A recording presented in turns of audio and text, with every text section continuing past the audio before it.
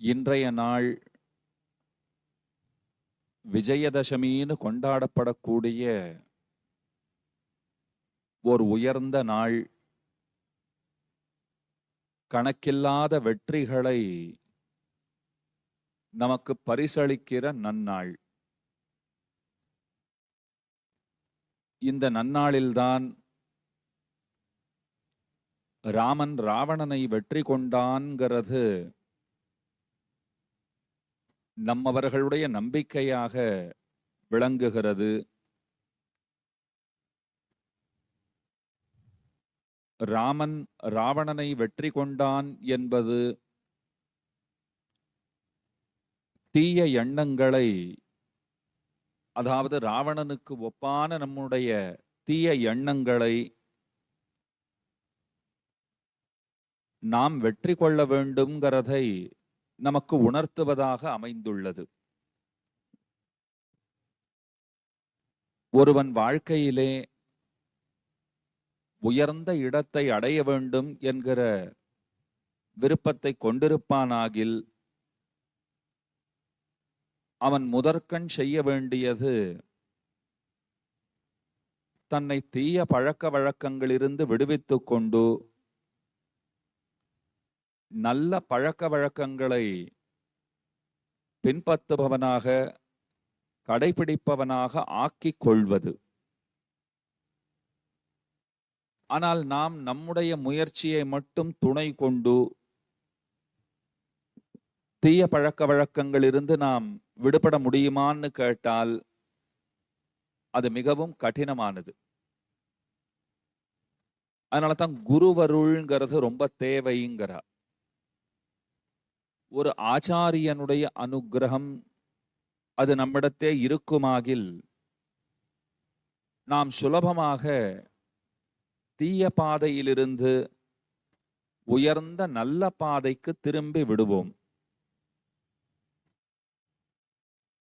சாட்சாத்து பகவானாகவே இருந்தாலும் அவர் கண்ணனாக பிறந்தார், வடமதுரையிலே பிறந்தார். பிறந்த அன்றைக்கே பெருமானுடைய பயணத் திட்டம் வகுக்கப்பட்டிருந்தது. அவர் அவதரிக்கும் போதே தான் எங்கு செல்ல வேண்டும்ங்கிறதை தீர்மானித்துக் கொண்டே பிறந்தார். வடமதுரையிலே பிறந்த இறைவன் எங்கே சென்றான்? பிறந்த அன்றைய தினமே வடமதுரையை விட்டு, அந்த சிறைக்கூடத்தை விட்டு எங்கே சென்றான் இறைவன்? கோகுலத்திற்கு சென்றான். பகவான் எல்லா சக்திகளும் இருக்கிறவர் தானே. ஆனா கோகுலத்துக்கு தானா போனாரா? வசுதேவர் துணை கொண்டு போனார். வசுதேவர் தான் கண்ணனை கொண்டு போய் கோகுலத்திலே நந்தகோபாலன் இல்லத்திலே யசோதைக்கு பக்கத்திலே விட்டார். இங்கதான் நாம என்ன புரிஞ்சுக்கணும்னால், பகவானிடத்துல எல்லா சக்திகளும் உண்டு. ஆனால் அவரும் கூட மதுரையை விட்டு கோகுலம் செல்ல வேண்டும்ங்கிற நிலை ஏற்பட்ட போது வசுதேவருங்கிற ஒரு பெரியவருடைய துணை கொண்டார்னு சொன்னால், இலக்கை அடைய வேண்டுமென்றால் தெய்வத்திற்கும் கூட ஒருவருடைய துணை தேவையாக இருக்கிறது.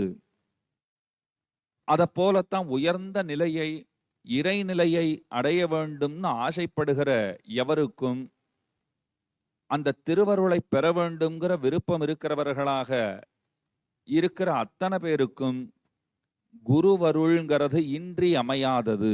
இதை நன்றாக புரிந்து கொள்ள வேண்டும். வைணவ ஆழ்வார்களுக்குள்ளே நம்மாழ்வாருக்கு தனி இடம் உண்டு. ஸ்ரீ வைஷ்ணவ சம்பிரதாயத்திலே வானமாமலை மடம் என்கிற ஒரு மடம் உண்டு. ரொம்ப உயர்ந்த மடம்.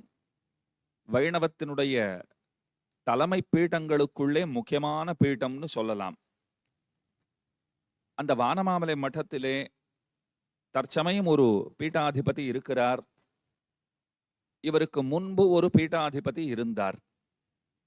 மெத்த படித்தவர், வடமொழி அறிவு, தமிழ் அறிவு யாவும் ஒருங்கே வாய்க்கப் பெற்றவர். அவர் மெத்த படித்தவராக இருந்தபடியால் ராமகிருஷ்ண பரமஹம்சரை அவர் நிறைய படித்தார். அவர் நம்மாழ்வாரை பற்றி இயல்பாகவே அறிந்திருந்தார். ரொம்ப ஆச்சரியமான ஒரு கட்டுரை அவர் ஒரு பெருங்கொடையாக நமக்கு தந்திருக்கிறார். நம்மாழ்வாரும் ராமகிருஷ்ண பரமஹம்சரும் அப்படிங்கிற தலைப்பிலே கொடுத்திருக்கிறார். அதுல பல ஒற்றுமைகளை சொல்லுகிறார். முக்கியமான ஒற்றுமை என்னவென்றால், அது பொதுவாக பக்தர்கள் அத்தனை பேரிடத்திலும் இருக்கக்கூடிய ஒரு நிலைமைன்னு சொல்லலாம். இறைவனை எண்ணுங்கால் அவர்கள் தங்களை மறந்து விடுவார்கள், இந்த உலகத்தை மறந்து விடுவார்கள், எல்லாவற்றையும் மறந்து விடுவார்கள்.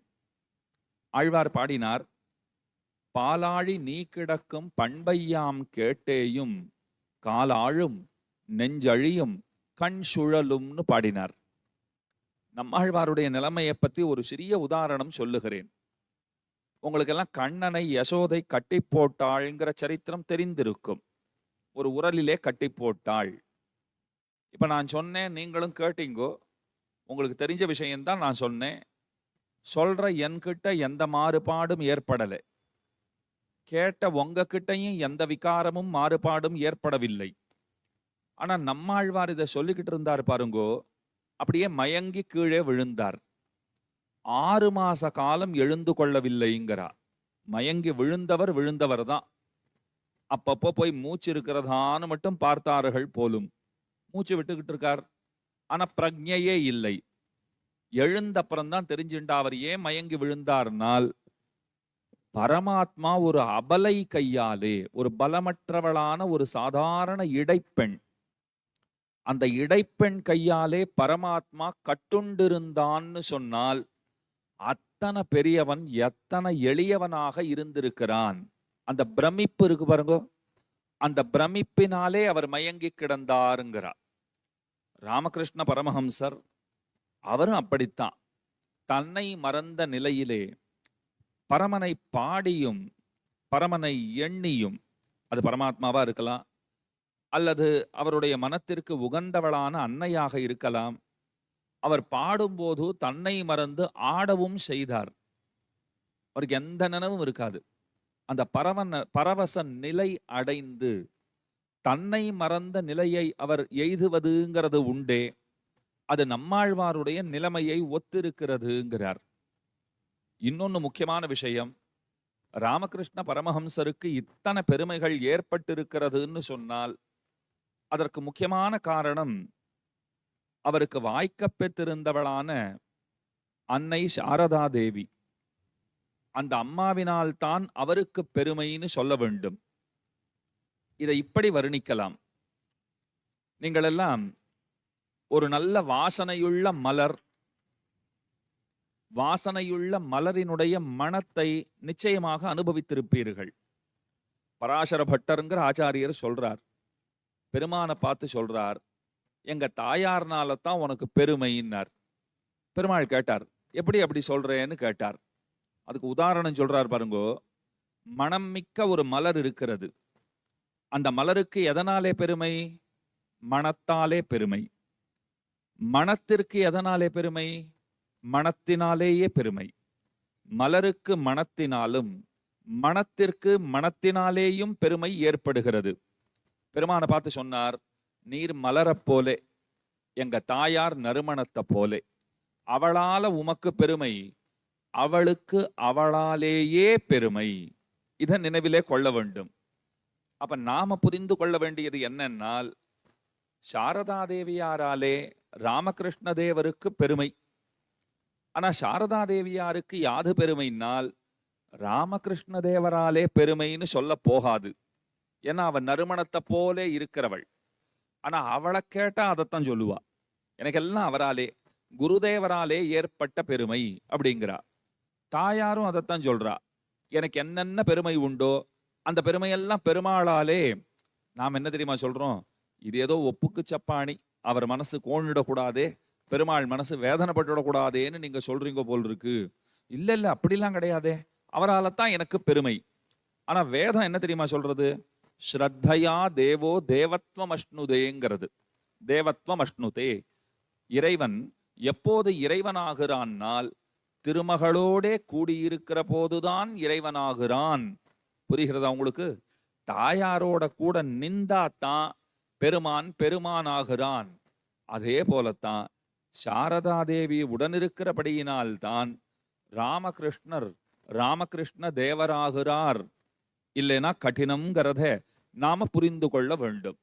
நான் தொடக்கத்துல நம்மாழ்வாரை பத்தி சொல்லிட்டு இருந்தேன். அவர் ஒரு இடத்துல பாடுறார், அருகால சிறுவண்டே தொழுதேன் உன்னைங்கிறார். வண்டுகளை தூது அனுப்புகிறார். நான் பகவானை பிரிந்து மிகவும் வாட்டமுத்து இருக்கிறேன், ரொம்ப களைப்பாக இருக்கிறேன், அதனால என்னுடைய நிலைமையை பகவானிடத்துல போய் சொல்லுங்கோ என்று வண்டுகளை அனுப்புகிறார். நன்னா கேட்டுக்கோங்கோ. அந்த வண்டுகளாக ஆழ்வாராலே அனுப்பப்பட்டவர்கள் யாவர்? அவர்கள் யாரு அப்படின்னா, வேதாந்த தேசிகன்கிற ஆச்சாரியர் சாதிக்கிறார், ஆச்சாரியாகா தத்ர தூதாகா தேசிகாகா தத்ர தூதாகா அப்படின்னு எல்லாம் சொல்லுகிறார்.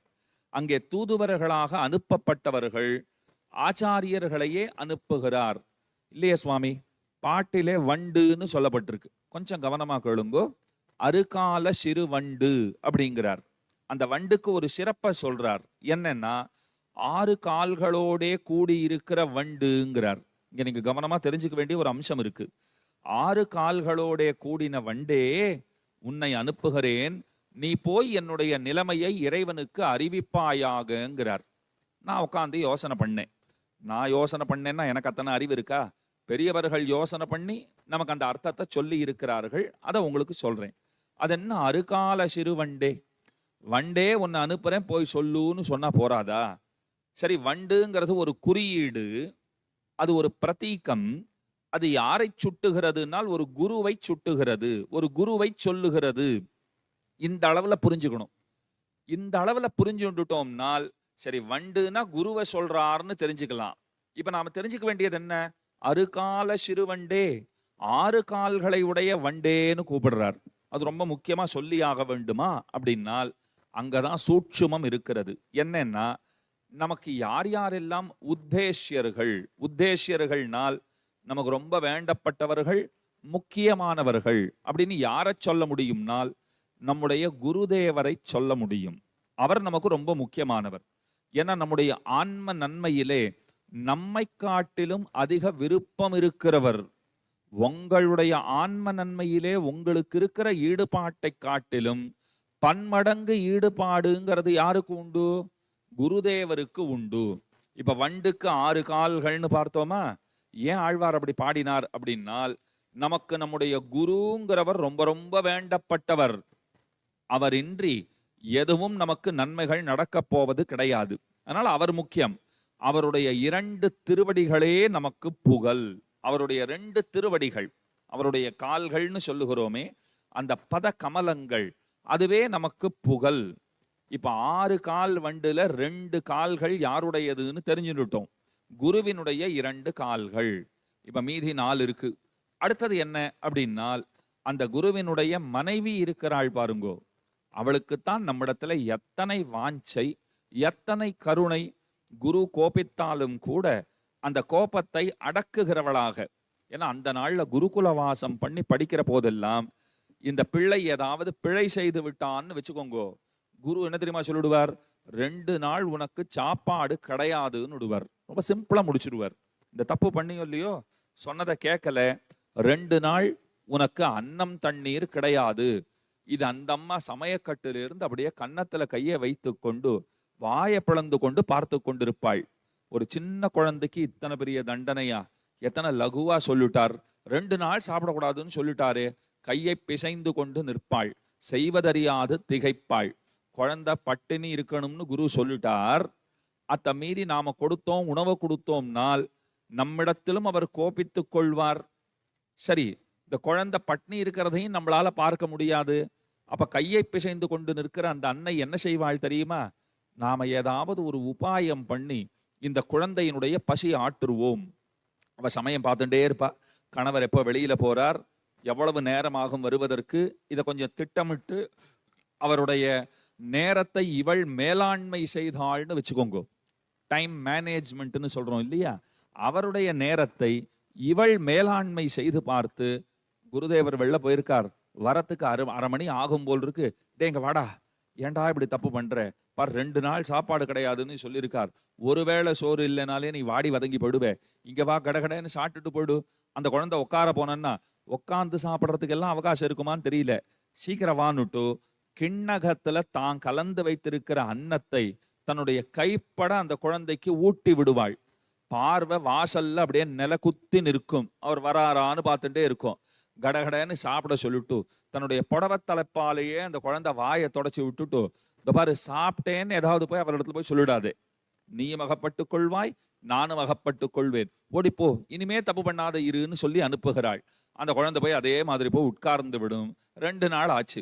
அந்த குரு மெதுவா மனைவியின் இடத்துல ராத்திரி 2 பேரும் சாப்பாடெல்லாம் முடிச்சுட்டு ஓய்வாக அமர்ந்து இருக்கும் போது மனைவி கிட்ட சொல்றார், என்னமோ நேற்று அந்த குழந்தைய போய் அப்படி சொல்லிட்டேனே, பாவம் 2 நாள் ஒன்னும் சாப்பிடாத இந்த குழந்தை எப்படித்தான் இருந்திருக்குமோ, பாரு கோபம் என்ன கூட விட மாட்டேன் என்கிறது, என்ன கூட இத்தனை பெரிய சாதனைகள் புரிந்திருக்கிற சாதகன் நான், என்ன கூட கோபம் விடலையே. அப்ப அந்த அம்மா மெதுவா சொல்லுவா, நீங்க எப்படியும் இன்னைக்கு சாயங்காலம் இதைத்தான் சொல்லுவீங்கோன்னு எனக்கு நேத்து கார்த்தாலேயே தெரியும், அதனால நான் என்ன பண்ணேன் தெரியுமா, அந்த குழந்தைக்கு நீங்கள் அறியாதபடிக்கு உணவளித்து விட்டேன், என்னமோ தாய் பாசம் ஒரு வாஞ்சை செய்து விட்டேன், என்னிடத்திலே கோபம் வேண்டாம் அப்படின்னு கையை கூப்பரா. அவர் கையை பிடித்து கொள்வார், நல்லதே செய்தாயின்வர். நல்ல வேளை நான் சொல்லலைனாலும் நீ செஞ்ச பாத்தியான்னு கேட்கிறாரு. பாத்தீங்களா, இந்த வாஞ்சை குருவினுடைய மனைவி நமக்கு தருவது, இந்த அன்பு வாத்சல்யம் அவள் காட்டுவது. அப்ப அவளுடைய திருவடிகள் நமக்கு புகழ்தானே. குருவினுடைய 2 திருவடிகள் நமக்கு புகழ்னு பார்த்துட்டோம், அதோட நாம நின்று விடக்கூடாது. குருவினுடைய மனைவி, ஏன்னா இவர் கைவிட்டாலும் அவள் கைவிடாதவளாக இருக்கிறாள், இவர் கோபித்தாலும் அவள் கோபிக்காதவளாக இருக்கிறாள். இதுதான் முக்கியமான விஷயம். அதனால இவ்விருவர் அந்த இணைங்கிறது இருக்கே, அதைத்தான் மிதுனம்னு சொல்லுவார்கள். அந்த மிதுனம்னா இரட்டைன்னு அர்த்தம். இந்த இணை இருக்கிறதே ரொம்ப வேண்டப்பட்ட இணை. இப்ப 6 கால்கள்ல 4 கால்களை பார்த்தாச்சு. அறுகால சிறு வண்டே தொழுதேன் முன்னைன்னு பாட்டு இருக்கு, அதை ஞாபகம் வச்சுக்கோங்க. வண்டுங்கிறது ஆச்சாரியர் தான், குரு தான், அவருடைய திருவடிகள் 2, அவருடைய மனைவியினுடைய திருவடிகள் 2. சுவாமி அப்படி பார்த்தாலும் 4 தானே ஆயிருக்கு, 6 கால்னு பாட்டு இருக்கே, மீதி 2 என்னன்னா அவருக்கு வாய்த்திருக்கிற சீடரான பிள்ளை, அந்த பிள்ளையை கொண்டுதானே மேலே அவர் அரும் சாதனைகளை செய்யவிருக்கிறார். குரு தம்முடைய பணிகளை தொடர்ந்து செய்வதற்காக ஒரு உயர்ந்த சீடனை அவர் நியமிப்பார். அந்த சீடனுடைய வேலை என்ன, பணி என்னன்னா, குரு பத்னி அவர்களுடைய எண்ணம் என்னவோ அந்த எண்ணங்களை ஈடேற்றுவதே ஒரு தகுந்த மாணவன், தக்கதொரு மாணவனுடைய தலையாய பணி அதுதானே. அதனால நம்மை அடுத்து வழிநடத்த போகிறவன் அந்த குருவினுடைய அருமை சீடன், அடுத்த குருவாக நமக்கு வாய்க்கவிருக்கிறவர், அவருடைய திருவடிகளும் நமக்கு புகழ். இப்ப மொத்தம் எத்தனை ஆச்சு? 6 ஆச்சா? குருவினுடைய திருவடிகள் 2, குரு பத்னியினுடைய திருவடிகள் 2, அவர்களுக்கு வாய்த்த அருமை சீடன் அல்லது மகன், அடுத்து நம்மை வழிநடத்த போகிறவர், அவருடைய திருவடிகள் 2. சேர்த்தால் எத்தனை வருகிறது? 6 வருகிறதா? அதனாலதான் நம்மாழ்வார் எப்படி பாடினார்? அறுகால சிறுவண்டே தொழுதேன் உன்னை தொழுதேன்கிறார். வண்டே உன்னை அனுப்புறேன், நீ போய் பேசு அப்படி சொல்லல, உன்னை வணங்குகிறேன்னார். ஏன் வணங்குகிறேன்னு சொன்னார்னால், ஐயோ இதை சாதாரண வண்டாக பார்க்காதீர்கள், இது ஆச்சாரியனும் ஆச்சாரிய குடும்பமும்ங்கிறார். புரிஞ்சுதா உங்களுக்கு? இப்ப எனக்கு பின்னாடி கூட பாருங்க, மொத்தம் 6 திருவடிகள் உங்களை வாழ்விப்பதற்காக இந்த உலகத்திலே தோன்றியவைகளான 6 திருவடிகளை நீங்கள் பார்த்து கொள்ளலாம். ராமகிருஷ்ண தேவருடைய 2 பொன்னடிகள், அவருடைய அன்பு மனைவின்னு நாம சொன்னாலும் அந்த அம்மாவை அவர் பார்த்த பார்வை எப்படிப்பட்டதுன்னு சொன்னால், உயர்ந்த அன்னையாகவே அவர் தரிசித்தார். பார்த்தார்னு சொல்றதை விட அந்த அன்னையை அவர் எங்கனம் கண்டார்? எங்க வாடின்னு கூப்பிட்டுருப்பாருன்னு நினைக்கிறீங்களா? மனைவினா சாதாரணமா எல்லாரும் எப்படி கூப்பிடுவோம்? எங்க வாடி, 2 பேர் வந்திருக்காங்க, போய் டீ போட்டு கொண்டு வா, காஃபி போட்டு கொண்டு வா, இதெல்லாம் சொல்லியிருக்கார் அவர். காஃபி போட்டு கொண்டு வா, டீ போட்டு கொண்டு வான்லாம் சொல்லாத இல்லை. ஏன்னா அந்த அம்மாவினுடைய வாழ்க்கை சரித்திரத்தை நீங்கள் படித்து பார்த்தீர்களானால், ஒரு இடத்துல தன்னை சேர்ந்த ஒரு பெண் குழந்தை தன்னுடைய சகோதரருடைய பெண்ணுன்னு நினைக்கிறேன். அந்த பெண்ணுக்கிட்ட சாரதா தேவி ஒரு வார்த்தை சொல்றா. அந்த பெண் குழந்தை ஏதோ சின்ன வேலை செஞ்சு களைச்சு போயிடுதான். நாமள போலன்னு வச்சுக்கோங்க. இன்னைக்கு நாமெல்லாம் எப்படி இருக்கோம்னா, ஒரு சின்ன வேலை செஞ்சாலே களைத்து போகிற ஒரு காலகட்டம் தான் இன்றைக்கு இருக்கிறது. இன்னைக்கு வீட்டில் வாஷிங் மிஷின் இருக்கு, மிக்சர் இருக்கு, கிரைண்டர் இருக்கு, ரெஃப்ரிஜிரேட்டர் இருக்கு, பாத்திரம் துலக்க கூட மஷின் வந்தாச்சு. இத்தனையும் வந்தாலும் இன்றைக்கு இருக்கிற பெண்மணிகள் ஒண்ணுமே முடியல, உடம்பு ஓஞ்சு போச்சு அப்படின்னு சொல்வதை இயல்பாக கொண்டிருக்கிறார்கள். நடிக்கிறான் நான் சொல்லல, நிஜமாவே முடியல.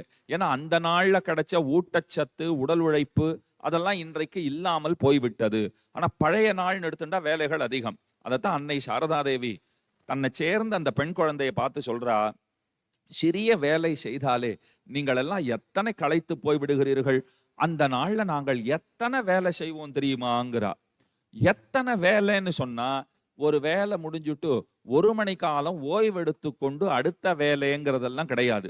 காலை கண் விழித்தது தொடக்கமாக இரவு உறங்க போகிற வரையிலும் தொடர்ச்சியாக வேலைகள் இருந்து கொண்டே இருக்கும். அன்னை சாரதாதேவி தினந்தோறும் எத்தனை மணிக்கு எழுந்து கொள்வாள்னால் அதை பத்தி கூட குறிப்பு இருக்கு. சரியா 3 மணிக்கெல்லாம் அந்த அம்மா எழுந்து விடுவார்களாம். இதுல வேடிக்கை என்னன்னா, அவர்கள் கூடவே அங்கே வசித்தவர்களும் கூட அவர்கள் சொல்லுகிற செய்தி என்ன தெரியுமா? ஒரு நாள் கூட நாங்கள் முன்னம் எழுந்து கொண்டு எங்களுக்கு பிற்பாடுதான் அன்னை எழுந்து கொண்டாள் என்று நாங்கள் பார்த்ததே இல்லைங்கிறா. நாங்க எழுந்துட்ட அப்புறம் தான் இன்னைக்கு என்னமோ தெரியல, அன்னைக்கு முடியல போல் இருக்கு, நிதானமா எழுந்து கொண்டார், சொன்னதே இல்லை நாங்கள்ங்கிறா. 3 மணிக்கு அந்த அம்மா எழுந்து கொள்ள வேண்டும்னு தீர்மானித்து விட்டு தினந்தோறும் அதை கடைபிடித்து வந்தவள் அப்படிங்கிற ஏத்தம் மிக்கவள். எத்தனை வேலைகள் அப்படின்னால் கணக்கத்த வேலைகள். முதல்லலாம் ராமகிருஷ்ண தேவரை தரிசிப்பதற்கு ஒரு சிறிய அளவிலான பக்தர்கள் தான் வந்துட்டு இருப்பாளாம். ஆரம்ப காலகட்டம் அவருடைய மகிமைங்கிறது அப்போதுதான் வெளியிலே பரவத் தொடங்கி இருக்கிறது. அப்ப ஸ்வல்ப அளவிலான பக்தர்கள் தான் முதல்ல வரா. அவர்களுக்கு சப்பாத்தி தயாரிப்பது ஒன்றும் பெரிய கடினமா அந்த அம்மாவுக்கு தெரியல. என்ன ஒரு 4 பேர் வந்திருக்காளா, இன்னும் ஒருத்தர் ஒரு 4 சப்பாத்தி சாப்பிடுவாளா? சரி, 4 பேர் வந்திருக்கா, 4 சப்பாத்தி பண்ணா எத்தனை பண்ணணும்?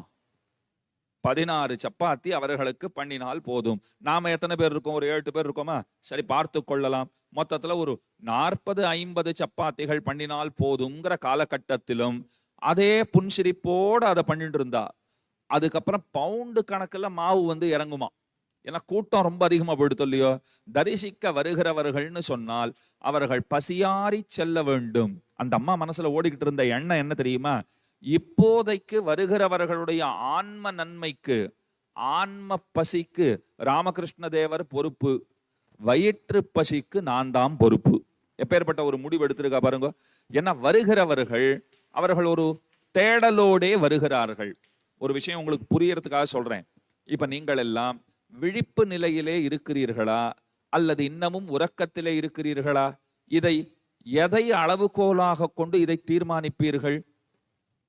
சுவாமி, நீங்க வேணும்னா பாருங்க, கொட்டாவி விடாத உட்காந்துக்கிட்டு இருக்கோம். நாங்கள் விழிப்பு நிலையில் தான் இருக்கிறோம். கொட்டாவி கூட விடல பாருங்க, தூக்கமே கிடையாது, உட்கார்ந்துருக்கோம்னால் இது புற விழிப்புங்கிறது ஒப்புக்கொள்கிறேன், விழித்திருக்கிறீர்கள். ஆனா அகவிழிப்புங்கிறது ஒன்று முக்கியமாக இருக்கிறதே. ஏன்னா வேதாந்தம் ஜீவனை பத்தி சொல்லும் போது ஜீவன் என்பவன் அனாதி காலமாக இந்த மாயையிலே கட்டுண்டு உறங்குபவனாக இருக்கிறான்னு வேதாந்தம் சொல்லுகிறது. என்னை உங்களை பற்றி சொல்லும் போது அது சொல்கிற வார்த்தை என்னன்னா, அனாதி காலமாக. அனாதி காலம்னா என்ன அர்த்தம்? எப்போதிலிருந்துன்னு சொல்ல முடியாத காலம் தொட்டு. ஆதி அந்தம்னு கேள்விப்பட்டிருக்கீங்களா? ஆதினா தொடக்கம்னு அர்த்தம், அனாதின்னு சொன்னா தொடக்கமற்றதுன்னு அர்த்தம். எப்போல இருந்துனே தெரியாது. அப்போது உறங்கி கிடக்கிறோம், நாம் அத்தனை பேரும் உறங்கி கிடக்கிறோம்னால் எந்த உறக்கம் அதுனா அறிவின்மைங்கிற உறக்கம். நினைவிலே கொள்ளுங்கள், அறிவின்மைங்கிற காரிருள். அந்த காரிருளிலே நாம் கிடக்கிறோம், உறங்கி கிடக்கிறோம். நம்மை எழுப்புவது யார்? குரு வருகிறார், அவர்தான் நம்மை எழுப்புகிறார். அதனாலதான் உங்களுக்கு ஏற்கனவே கூட சொல்லியிருக்கேன், உங்களுக்கு தெரிஞ்சிருக்கும். கூன்னு சொன்னா இருட்டு, ரூன்னு சொன்னா வெளிச்சம். இருட்டை போக்கி ஒளியை எவன் பாய்ச்சுகிறானோ அவனுக்கு தான் குரு என்று பெயர். அப்ப குருதேவரிடத்துல போகிறவர்கள் அவர்களுக்கு ஆன்ம பசி இருக்கும், ஒரு தேடல் இருக்கிறது. ஆன்ம பசினா இங்க காட்டணும், நான் கூட பாருங்க இங்க காண்பிச்சுட்டேன். ஆன்ம பசி, ஒரு தேடல் இருக்கிறது. அந்த தேடலுக்காக போகிறார்கள். அம்மா சொல்றா, அத குருதேவர் பார்த்து கொள்வார். என் பணி என்னன்னா, என்ன இருந்தாலும் வயிறுங்கிறது இருக்கு பாருங்க, அப்பப்ப நேரமாச்சுன்னு சொன்னா நினைவூட்டி கொண்டே இருக்கும். என்ன மணியாச்சே, டிஃபன் சாப்பிடுற டைம் ஆச்சு, இன்னும் சாப்பிடலையா? காஃபி சாப்பிடுற, காஃபி குடிக்கிற டைம் ஆச்சு, இன்னும் காஃபி குடிக்கலையா? நீ மதிய உணவு நேரம் வந்து விட்டதே அப்படின்னு வயிற்றுல மணி அடிக்கிறதுன்னு கேள்விப்பட்டிருக்கலாம். அப்ப வயிறு என்னமோ பசிக்கிறது. அது எப்படி அது ஒரு உணர்வு பாருங்களே. பசிங்கிற அந்த உணர்வு அதை வார்த்தையால சொல்ல முடியுமா? எனக்கும் தெரியும், உங்களுக்கும் தெரியும். ஏன்னா பசிங்கிறத பசி எடுத்து சாப்பிட்டு இருக்கிறோம். அதனால பசினா என்னன்னு நமக்கு தெரியும். அதை பசி அந்த உணர்வை பற்றி அரை மணி காலம் பேசுவார் அப்படின்னு ஒரு தலைப்பு கொடுத்து பாருங்க. வேணும்னா சொல்லலாம். விஞ்ஞானம் படிச்சவரா இருந்தா, இந்த உடற்கூறு அதனுடைய தன்மையெல்லாம் ஆராய்ந்தவராக இருந்தால் அவர் ஒழுங்கா சொல்லிடுவார். சிறுகுடல், பெருகுடல் எல்லாத்தையும் சொல்லிட்டு உணவு குழாய் அதை பத்தி எல்லாம் பேசினார்னா உங்களுக்கு அறிவு வேணா கிடைக்கும். கடைசியில நீங்க என்ன தெரியுமா சொல்லிடுவீங்க? எல்லாம் புரிஞ்சுது, ஒன்னொன்னா ரொம்ப அழகா நீங்க விவரிச்சீங்கோ, ஆனா அந்த உணர்வை நீங்க விவரிச்சு சொல்லலையேன்னா அது உணர்வு உணர்ந்துதான் பார்க்க கூடும், வேற எதுவும் இல்லைங்கிறா. அப்ப பசி எடுத்ததுன்னா நேரத்துக்கு பசி எடுத்தப்பறம் சாப்பிடணும்னு தெரியறதோ இல்லையோ, அதைத்தான் அன்னை சாரதா தேவி அவர்கள் சொன்ன வார்த்தை என்னன்னு சொன்னால், வருகிறவர்கள் பசியற்று அவர்கள் பசி தீர்ந்தவர்களாக நன்கு உணவு உண்டு செல்ல வேண்டும்ங்கிறதுக்காக அத்தனை உழைத்திருக்கிறார்கள். அப்ப ரெண்டு பேருமாக போட்டி போட்டு கொண்டு ஆன்ம பசியை போக்குறதுக்கு ஒருத்தர், வயிற்று பசியை போக்குவதற்காக ஒருத்தர்னு உழைத்திருக்கிறார்கள்னு சொன்னால் அந்த இணை இருக்கிறதே. அதனால தான் ராமகிருஷ்ண தேவருக்கு தன்னுடைய மனைவி அன்னலக்ஷ்மியாகவே தெரிந்திருக்கிறார்னு சொல்ல வேண்டும். அவர் எப்படி பார்த்திருக்கிறார்னா, ஏதோ கல்யாணம் பண்ணிட்டு இருக்கேங்கிறதுக்காக என்னுடைய மனைவின்னு நான் எண்ண மாட்டேன்.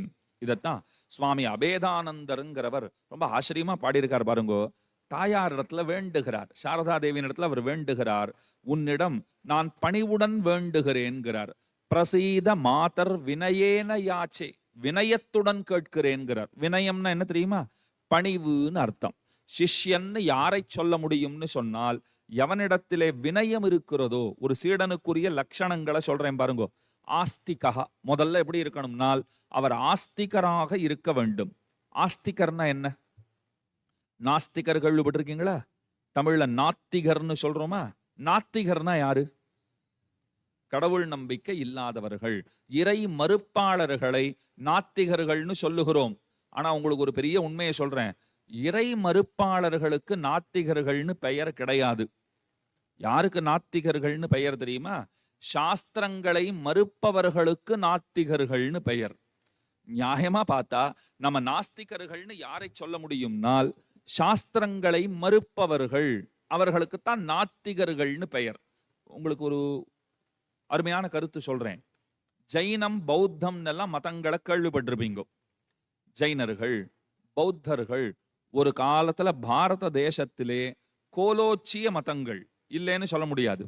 ஆனால் அவர்கள் மதங்கள் கோலோச்சுவதற்கு முன்பாகவே வேத கால மதம்ங்கிறது இங்கே இருந்திருக்கிறது. இதை விவேகானந்தரும் ஒப்புக்கொள்கிறார், பல பெரியவர்கள் இசைகிறார்கள், அதுதான் உண்மையும் கூட. ஆரம்ப காலத்துல இருந்த அந்த வைதிக மதம்ங்கிறது இருக்கே, அது ஜைனர்கள் பௌத்தர்கள் வரவாலே முன்பிலிருந்தே இருக்கிற அந்த மதம்ங்கிறது இருக்கிறது, அது தளர்ச்சியுற்று இருந்தது, பிரச்சாரமற்று இருந்தது. அதை பல பேர் ஃபாலோ பண்றதே விட்டுட்டான்னு வச்சுக்கோங்க. பல பேர் ஜைனர்களாகவும் பௌத்தர்களாகவும் ஆனார்கள். இப்ப ஜைனத்துல நல்ல கருத்துகளே கிடையாதான்னா நிறைய உண்டு, பௌத்தத்துல நல்ல கருத்துகளே கிடையாதான்னா நிறைய உண்டு. ஆனால் அவர்களை நாம எப்படி வகைப்படுத்துகிறோம்னால், சாஸ்திரம் சொல்றதை நான் சொல்றேன், அவர்கள் நாஸ்திகர்கள் என்று வரையறுக்கப்படுகிறார்கள். ஏன் அப்படின்னால், ஜைனர்களும் பௌத்தர்களும் என்ன பண்ணிட்டா தெரியுமா? வேதம் எல்லாம் பொய், கர்மங்கள் எல்லாம் பொய் அப்படின்னு அவர்கள் உபதேசித்தார்கள். வேதங்களையே பொய்ன்னு சொல்லுகிறவர்கள், சாஸ்திரங்களை பொய் என்று சொல்லுகிறவர்களை நாம் நாஸ்திகர்களாக கொண்டிருக்கிறோம். அவர்களையே நாம் நாஸ்திகர்கள்ங்கிறோம். நல்லா தெரிஞ்சுக்கோங்க, யார் நாஸ்திகர்? சாஸ்திரங்களை மறுப்பவர்கள். நாம ஜைனர்களை பௌத்தர்களை வெறுக்கவே இல்லை, அவர்களுடைய கொள்கைகளை நாம வெறுக்கிறோம், அவ்வளவுதான். ஏன்னா சாஸ்திரங்களை பொய்ன்னு சொல்லிட்டா இந்த உலகம் இயங்குவதே சாஸ்திரங்களினால் தான்ங்கிறது வைதிகர்களுடைய நம்பிக்கை. மேலக்கோட்டை மைசூருக்கு பக்கத்துல தொண்டனூர்னு ஒரு ஊர் இருக்கு. அந்த தொண்டனூருங்கிற ஊரிலே ராமானுஜர் எழுந்தருளி இருந்தார். 1000 ஜைனர்கள் அவரிடத்துல வந்துட்டா. எத்தனை பேர்? 1000 பேர்கள் வந்துட்டா. இந்த மாதிரி ஒரு மேடையில ராமானுஜர் இருக்கிறார். 1000கணக்கான ஜைனர்கள் எதிரில் வந்துட்டா. என்னன்னு கேட்டார் ராமானுஜர். அவ அத்தனை பேரும் சொன்ன வார்த்தை என்ன தெரியுமா? நாங்கள் 1000 பேர்களுமாக சேர்ந்து ஒரே நேரத்திலே 1000கணக்கான கேள்விக்கணைகளை தொடுக்க உள்ளோம். நீங்க என்ன பண்ணணும் தெரியுமா? ரொம்ப சக்தி இருக்கிறதா எல்லாம் பேசிக்கிறாளே, அந்த 1000 கேள்விகளுக்கு தக்க சமாதானங்களை, பதில்களை ஒரே நேரத்தில் நீர் ஒருவராக கொடுக்க வேண்டும். இதுதான் நிபந்தனைன்னா. உங்களுக்கு தான் சக்தி இருக்குன்னு எல்லாம் பேசிக்கிறாங்கல்ல, அப்ப இதை செஞ்சு காட்டுங்க. 1000 கேள்விகளை நாங்க ஒரு சேர கேட்கிறோம். மொத்த பேரும் சேர்ந்து 1000 கேள்வி கேட்டா நமக்கு புரியுமா? தனித்தனியா கேட்டாலே பையன் புதுசா கேட்கறான் ஒரு கேள்வி, நான் பார்த்துக்கிட்டு வந்து சொல்றேன்னு தான் நான் சொல்லுவேன். 1000 பேர் 1000 கேள்விகளை கேட்டுட்டு ஒரே நேரத்துல பதில் சொல்லணும்னா சிரித்தார் ராமானுஜர். அவர் என்ன தெரியுமா சொல்லிட்டார்? நீங்க ஒரு கண்டிஷன் போட்டீங்களோ இல்லையோ, நானும் ஒரு கண்டிஷன் போடலாமான்னு கேட்டார். நன்னா போடுங்களேன்னா. ஒன்றும் இல்லை, எதிர்க்க ஒரு ஸ்க்ரீனை போட்டுடுங்க. இங்க உட்கார்ந்துருக்கிற நான் உங்களுக்கு தெரியக்கூடாது, நீங்க எனக்கு தெரிய வேண்டாம். நடுவில் ஒரு திரையை போட்டுட்டா உங்களுக்கு பதில் சொல்ல காத்திருக்கிறேன்னார். அவர்கள் யோசித்தார்கள், திரை போட்டா 1000 பதில் ஒரே நேரத்தில் வருமா? என்னத்துக்கு இப்படி சொல்றார் அப்படின்னு அவர்கள் சிந்தித்தார்கள். அவர் ஒன்றும் பண்ணல, திரையை போட சொன்னார். தம்முடைய நிஜாக்கிருதியை எடுத்துக்கொண்டார், ஆதிசேஷ வடிவத்தை எடுத்துக்கொண்டார். 1000 நாப்படைத்த அரவணையானார். அத்தனை கேள்விகளுக்கும் பதில் சொன்னார். இந்த கதை உங்களுக்கு நான் எதுக்காக சொன்னேன்னா, ஜைனர்களை பௌத்தர்களை ஜெயிக்கணும்னு வச்சுக்கோங்க, நம்ம முக்கியமா என்ன செய்யணும்னால் முதல்ல அவர்களுக்கு ஆஸ்திக்கியத்தை உண்டாக்கணும். அவர்களுக்கு நம்பிக்கை வரணும். வேதம் உண்மையானதுன்னு அவர்களை நம்ப செய்ய வேண்டும். அப்பத்தான் நாம சொல்ற பதில அவர்கள் ஏற்றுக்கொள்ளவே செய்வார்கள். ஒரு 10 ரூபாய் நோட்டை உங்ககிட்ட காண்பிச்சுட்டு நான் சொன்னேன் இது 10 ரூபாய்ன்னு காண்பிச்சேன். சார் இது ஒன்றும் ரூபாய் நோட்டே கிடையாது சார் அப்படின்னு நீ சொல்லிட்டேன்னு வச்சுக்கோ. இல்லப்பா தம்பி இதுதான்ப்பா 10 ரூபான்னு நான் சொன்னேன்னா, ஏங்க வாடா அப்படின்னு உங்க ஃப்ரெண்டை கூப்பிட்டுட்டு இது என்னதுடா அது நீ சொல்லு அவருக்கு அப்படின்னு நீங்க சொன்ன உடனே அந்த பையன் உங்களுக்கு மேல இருந்தான். இது என்னடா என்னமோ காகிதம் மாதிரி இருக்கு, என்னதுடா இது அப்படின்னா. என்னது காகிதமா? இது 10 ரூபாப்பான்னு. சார் இது 10 ரூபா கிடையாது சார். பாத்தீங்களா சார், என் ஃப்ரெண்டுன்னு சொல்றான், உங்களுக்கு தான் தெரியலன்னா நான் அப்ப அரும்பாடுபடுவேன். எதுக்கு? இதுதான் 10 ரூபான்னு முதல்ல உங்களுக்கு புரிய வைக்கணும். அதுக்கப்புறம் அதற்கு என்ன மதிப்புன்னு உங்களுக்கு சொல்ல வைக்கணும் இல்லையா? உங்களுக்கு அதை உணர வைக்கணும். அதைத்தான் ராமானுஜர் செய்தார். அப்ப ஆஸ்திகர் யாருன்னா, இந்த அபேதானந்தருடைய ஸ்லோகம் முதல்ல முழுசா படிச்சுடுறேன். பிரசீத மாதர் வினயேன யாச்சே நித்யம் பவ ஸ்நேகவதி சுதேஷு பிரேமைக பிந்தும் சிரதக்த சித்தே. ரொம்ப அழகான ஸ்லோகம். விஷிஞ்ச சித்தம் குருன சுசாந்தம் அப்படின்னு பாடுறார். என்ன அர்த்தம்னா, அர்த்தத்தையும் சொல்லிட்டு மேலே ஆஸ்திகான்னு அங்க நிறுத்திருக்கோம், அங்க போயிடலாம். அவர் சொல்றார், அம்மா உன்னிடத்திலே நான் பணிவுடன் வேண்டுகிறேன்னார். அதுக்கு தான் அந்த ஸ்லோகத்தை எடுத்தேன். சிஷ்யன்கிறவன் யாருன்னா ஆஸ்திகா தர்மசீலஸ்ச ஷீலவானு வைஷ்ணவாசுச்சிஹி கம்பீரச்சதுரோ தீரஹ சிஷ்ய இத்யபிதீயதே. ஒன்னொன்னா எழுதிக்கோங்க பாப்போம். சீடனுக்கு உண்டான இலக்கணம் என்ன? சீடனுக்கு உண்டான இலக்கணம் என்னன்னா, முதல் பாயிண்ட் என்னன்னா, அவன் ஆஸ்திகனாக இருக்க வேண்டும். சாஸ்திர நம்பிக்கைங்கிறது ரொம்ப ரொம்ப முக்கியம்.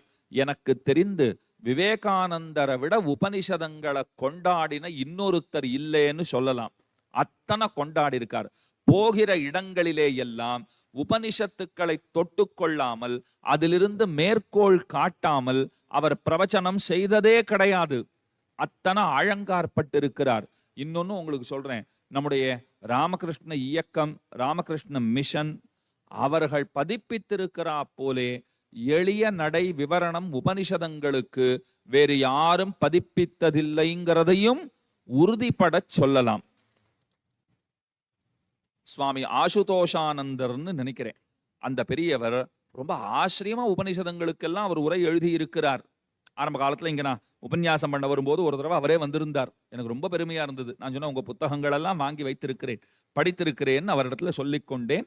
உபனிஷதங்களுடைய அர்த்தங்களை அத்தனை அழகாக, திரும்பவும் சொல்றேன், திருவாளர் அண்ணா சுப்பிரமணியம் அவர்கள் எத்தனை பிரம்மசூத்திரத்துக்கு எளிய உரையிலிருந்து தொடங்கி, எதுக்கு சொல்றேன்னா, இந்த இயக்கம் ராமகிருஷ்ணருடைய இந்த பேர் இயக்கம் இருக்கிறதே, இந்த இயக்கம் பிறந்ததே முக்கியமாக உபனிஷத்துக்களை காப்பதற்காகன்னு சொல்லலாம்.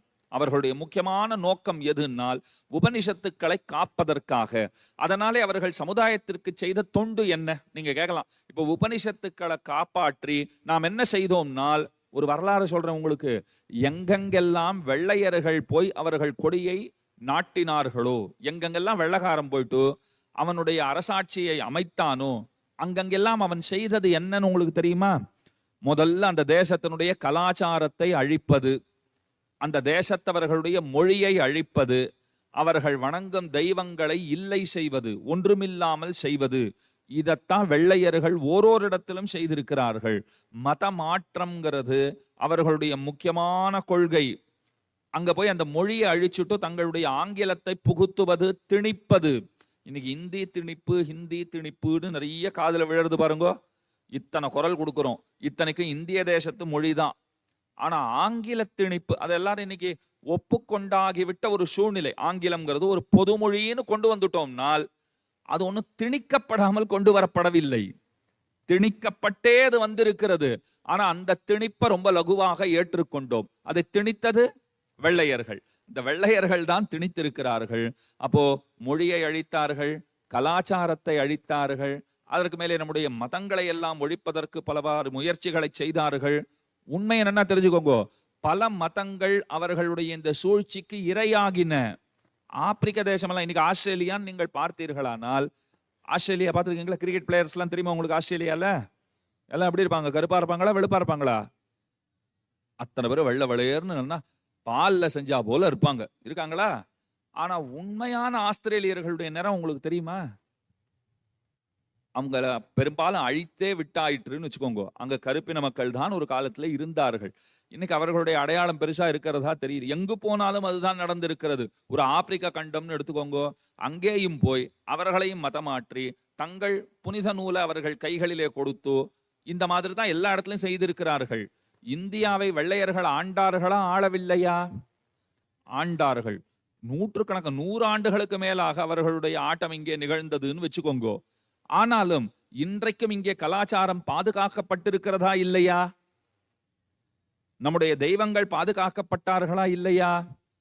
இப்ப இங்க நவராத்திரி உற்சவம் கொண்டாடிக்கிட்டு இருக்கோமா? இதற்கு பல பேர் காரணம். நான் ஒருத்தர் 2 பேர்னு சொல்ல மாட்டேன். ஆனா அந்த பல பேர் காரணமாக இருக்கிறார்களே, அன்னவர்களுக்குள்ளே தலையாயவர்கள்னு சிலரை சொல்ல வேண்டும் என்று சொன்னால் எனக்கு பின்னே காட்சி தருகின்ற இந்த மூவரைத்தான் சொல்ல வேண்டும். அதுதான் உண்மை. நான் மறுத்தாலும் அதுதான் உண்மை. ஏன்னா இன்னைக்கு தலைப்பே நான் அப்படி கொடுத்துருக்கேன் பாருங்க, எம் அன்னையும் அன்னையும்னு கொடுத்துருக்கேன். அதுக்கு நான் ஒரு அழகான காரணத்தை அன்றைக்கு சொன்னேன். என்னன்னா, எனக்கு இந்த மூவரிடத்துல ரொம்ப மதிப்பு உண்டு. நீங்கள் வைத்திருக்கிற அளவிற்கு அன்பும் மதிப்பும் எனக்கு உண்டான்னு கேட்டால் பொய்யுரைக்க மாட்டேன். அது இயல்பா இல்லை எனக்கு. உங்களுக்கு அது இயல்பா வந்தது. என்னைக்குமே எங்க அம்மாவை எனக்கு ரொம்ப பிடிக்கும், உங்க அம்மா உங்களுக்கு பிடிக்கும். உங்க அம்மா வந்தா நான் மதிப்பேன், உட்காருங்கன்னு சொல்லுவேன். பால் வேணுமா, காஃபி வேணுமா, மோர் வேணுமா எல்லாம் கேட்பேன். என் தாயை மதிக்கிற அளவுக்கு நான் உங்கள் தாயை மதிப்பேனால் என்ன சுவாமி, எல்லாம் தாய் தானேன்னா உண்மைதான். அத்தனை பேரும் தாய் தான். எல்லாருக்கும் அதே வாஞ்சை இருக்கு, அதே வாத்சல்யம் இருக்கு. இருந்தாலும் ஒரு ஒரு டிஃபால்ட்டான ஒரு பை நேச்சர்னு சொல்ற மாதிரி ஒரு அட்டாச்மெண்ட்டுங்கிறது இருக்கு பாருங்க. அந்த அட்டாச்மெண்ட்டுங்கிறது உங்களுக்கு தனியானது, எனக்கு தனியானது. நான் இங்க இருக்கிற சுவாமிஜிக்களை கூட பார்த்துட்டே இருக்கேன். நான் அன்னை மகாலட்சுமியை பேசும்போது கூட அவர்கள் அத்தனை தூரத்துக்கு புன்முறுவல் பூப்பதில்லை. அதுக்காக அவர்களுக்கு பிடிக்கலன்னு அர்த்தம் கிடையாது, சந்தோஷமாக கேட்கிறார்கள். அதே அன்னை சாரதா தேவின்னு சொன்னா என்ன கருத்து சொல்ல போறாருங்கிற ஒரு ஆர்வம் தொற்றிக்கொள்கிறது. அது இயல்பானது. அதனா அவங்க வரவழைச்சுக்கிறாங்களா? நம்ம அவர் மகாலட்சுமின்னு சொன்னா உம்முன்னு இருக்கணும், அன்னை சாரதா தேவின்னு சொன்னா நாம சிரிக்கணும் அப்படி தீர்மானம் செய்து கொண்டு அப்படி நடந்து கொள்கிறார்களா? அது இயல்பான நமக்கு இருக்கக்கூடிய ஒரு பிணைப்பு. அது தானாக அமைந்திருக்கிறது. ஏன்னா நீங்கள் எல்லாம் அவர்களை நிறைய படித்திருக்கிறீர்கள், கேட்டிருக்கிறீர்கள். உங்கள் வாழ்க்கையே பின்னாடி சேவை சாதிக்கிற இந்த திருமூவர் சார்ந்திருக்கிற வாழ்க்கை, இந்த 3 பேரை சார்ந்த வாழ்க்கையே பன்னெடுங்காலமாக வாழ்ந்தவர்கள்.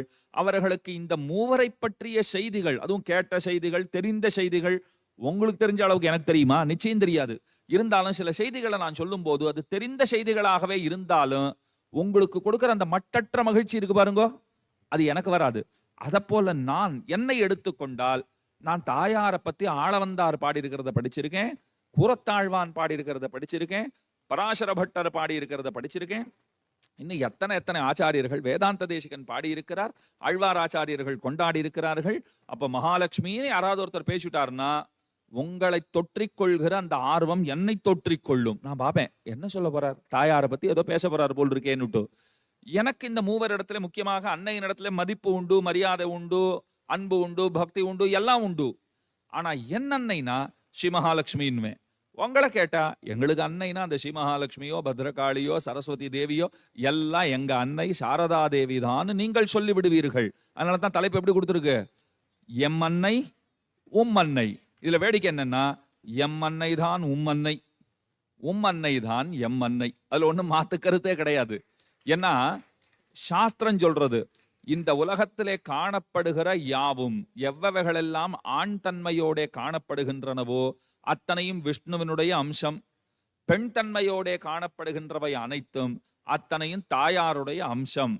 பெண் தன்மையோட காணப்படுகின்றவைகளே தாயாருடைய அம்சம்னு சொன்னால், தாயாருடைய பண்பு நலன்களோட அவதரித்தவளான அன்னை சாரதை அவள் நிச்சயமாக தாயாருடைய மறுவடிவம்னு சொல்லுவதிலே தயக்கம் என்ன இருக்க போகிறது, நிச்சயமாக மகாலட்சுமின்னு சொல்லிவிடலாம். இப்ப அந்த ஸ்லோகத்துக்கு திரும்பவும் வருகிறேன்.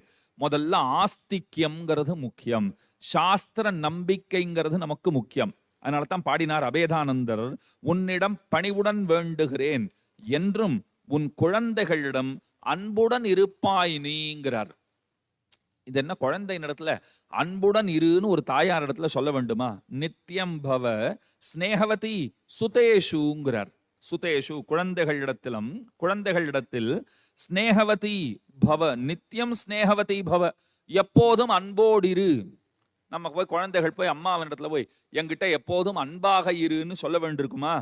இந்த ஸ்லோகம் படிச்சே நான் பார்த்தேன், இவர் ஏன் இப்படி வேண்டுகிறார்? என்னிடத்துல எப்போதும் அன்போடு இருன்னு தாயாருக்கு சொல்ல வேண்டியது இல்லையே. ஒரு பக்தன் எப்படி இருக்கணுங்கிறத பல பெரியவர்கள் சொல்லி இருக்கிறார்கள். ராமகிருஷ்ண தேவரும் சொல்லுகிறார். நாம் எல்லாம் கர்ப்பத்தில இருந்து தானே வெளியில வந்தோம், தாயாருடைய கருவில் இருந்து தான் வெளியிலே வந்திருக்கிறோம்.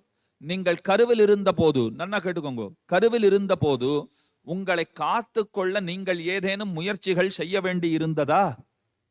உங்களை பார்த்துக்கிறதுக்கு நீங்க ஏதாவது முயற்சி எடுத்தீங்களா? லைஃப் இன்சூரன்ஸு, அதுக்கு மேல ஹெல்த் இன்சூரன்ஸு, அதுக்கு மேல பேங்க்ல கொஞ்சம் சேர்த்து வச்சுப்போம், கொஞ்சம் தங்கமா வாங்கி போடுவோம். இந்த முயற்சிகள் எல்லாம் அன்னை வயிற்றில் இருக்கும் போது நீங்கள் செய்தீர்களா? உங்களை காக்கிற பொறுப்பை யாரிடத்திலே கொடுத்தீர்கள்? அன்னையினிடத்திலே கொடுத்தீர்கள். அதாவது நம்ம பெற்றெடுத்த ஈன்ற தாயாரிடத்திலே அவ பொறுப்பு, அவ பார்த்துப்பா. இன்னும் சொல்ல போனா நமக்கு அது கூட தெரியாது. அவள் பார்த்து கொள்வாள் என்கிற எண்ணத்தை கூட நாம் துறந்திருந்தோம். அந்த எண்ணம் கூட நமக்கு இல்லை. நம்மை நன்கு பாதுகாத்து அரவணைத்து சுகமாக நம்மை பெற்றெடுத்தாளா இல்லையா? அதனால தான் இத்தனை பேர் உட்கார்ந்துருக்கோம்.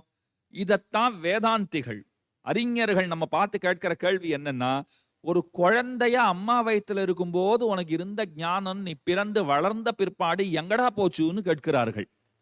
தாயார் வயிற்றுல இருக்கும்போது இத்தனை ஞானியா இருந்திருக்கியே, வெளியில வந்த அப்புறம் நீ அறிவிலி ஆயிட்ட. அறிவாளியா இருந்த பிள்ளை நீ அறிவிலியாகி போனாய். அது காரணம் என்ன தெரியுமா? இந்த பூமி அறிவாளிகளை சகிக்காது, அதற்கு பொறுக்காது. மாயை இருக்கே, அது அறிவாளியா இருந்தா அவன் அறிவிலியா எப்படி ஆக்கலாம்னு பார்த்து கொண்டிருக்கும். ஆச்சாரியருடைய வேலை என்ன? ஒருத்தன் அறிவிலியா இருக்கான்னா அவனை அறிவாளியாக எப்படி ஆக்குவதுன்னு அவர் பார்த்து கொண்டே இருப்பார். அப்ப தாயார் வயிற்றிலே இருக்கிற காலம் தொட்டு அன்னை நம்மை ரட்சிக்கிறாள். எழுந்துக்கும் போது பார்த்திருக்கீங்களா? ஒரு கர்ப்பவதி, நிறை மாத கர்ப்பிணி, அவள் எழுந்து கொள்ளும் போது எப்படி எழுந்து கொள்வாள்?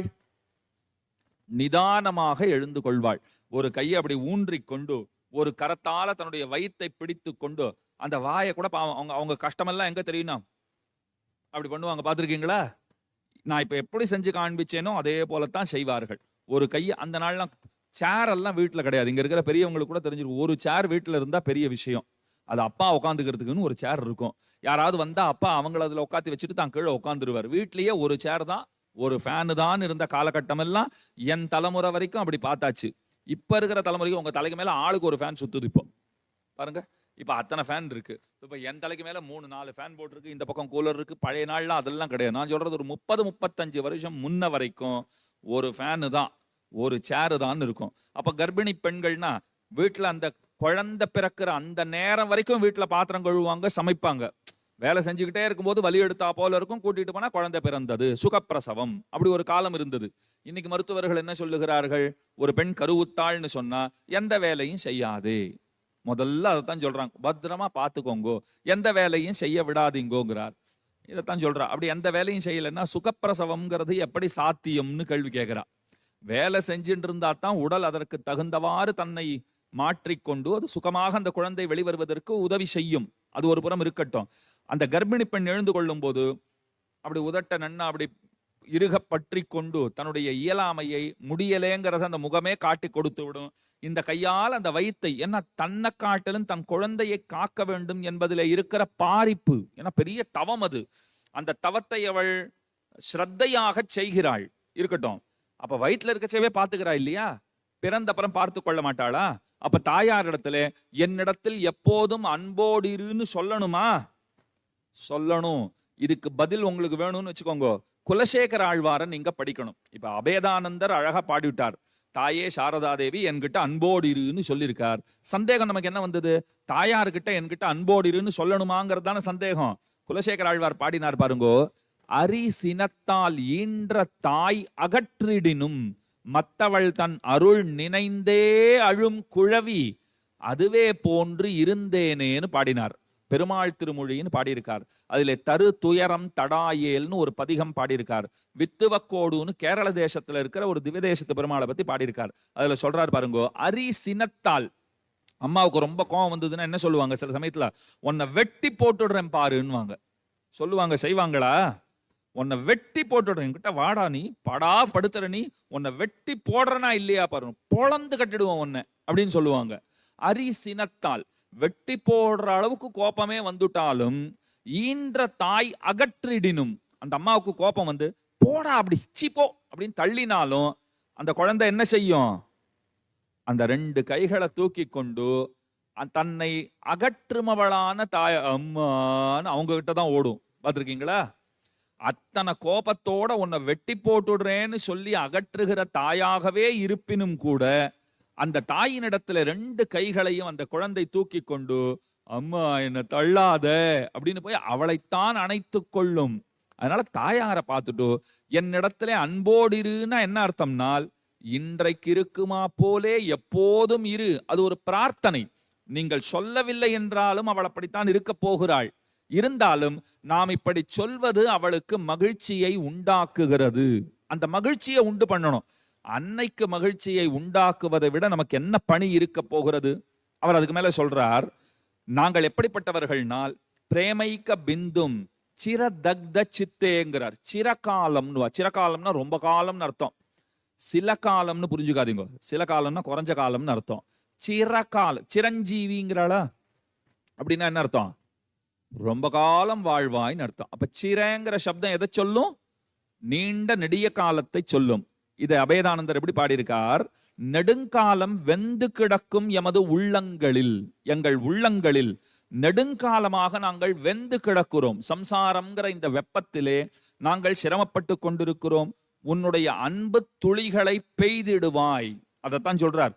விஷிஞ்ச சித்தம் குருண சுசாந்தம், உன்னுடைய கருணை பார்வையை நீ எங்கள் மீது தெளித்தாயாகில் நாங்கள் நற்கதி அடைவோம் என்று பிரார்த்திக்கிறார். அப்ப சீடனா இருக்கிறவன் ஆஸ்திகனாக இருக்க வேண்டும், அறத்தில் பற்றுள்ளவனாக இருக்க வேண்டும், ஷீலவானாக, தன்னை எளியவனாக கருதுமவனாக.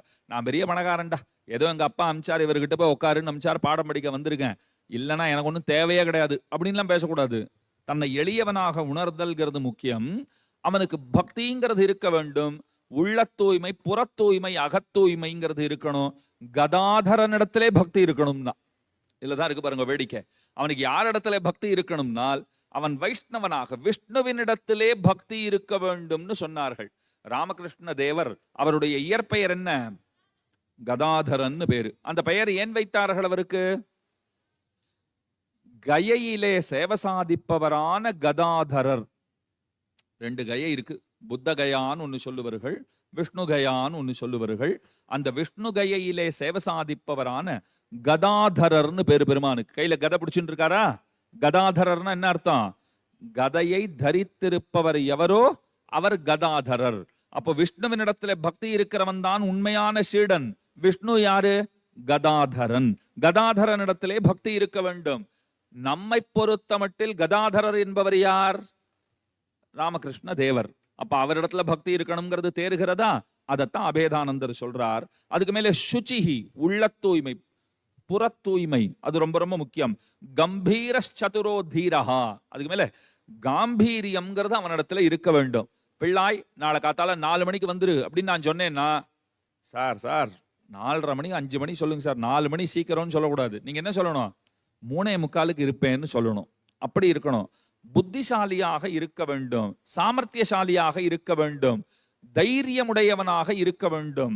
அவனைத்தான் சிஷ்யன்னே சொல்ல முடியும்னால், இத்தனை குணநலன்களும் பொருந்திய ஒரு சீடர் ஒருவருக்கு வாய்க்க பெற்றார்னு சொன்னால், அது அன்னைக்கும் ராமகிருஷ்ண தேவருக்கும் சீடராக வாய்க்க பெற்றவரான வீரத்துறவி விவேகானந்தர் தான்னு சொல்ல வேண்டும். ஏன்னா இப்ப கீழே நான் என்னென்ன சொன்னேனோ, அவர் ஆஸ்திகரா? ஆஸ்திகர், சாஸ்திர நம்பிக்கை உள்ளவர். அதனால தான் வேதாந்த கருத்துக்களை விடாமல் பிடித்து கொண்டிருந்தவர். அவர் சிகாகோ போனார், பேசின அந்த ஒரு மீட்டிங்கை பத்தி தான் நாம எல்லாரும் பரவலா பேசுறோம் இல்லையா?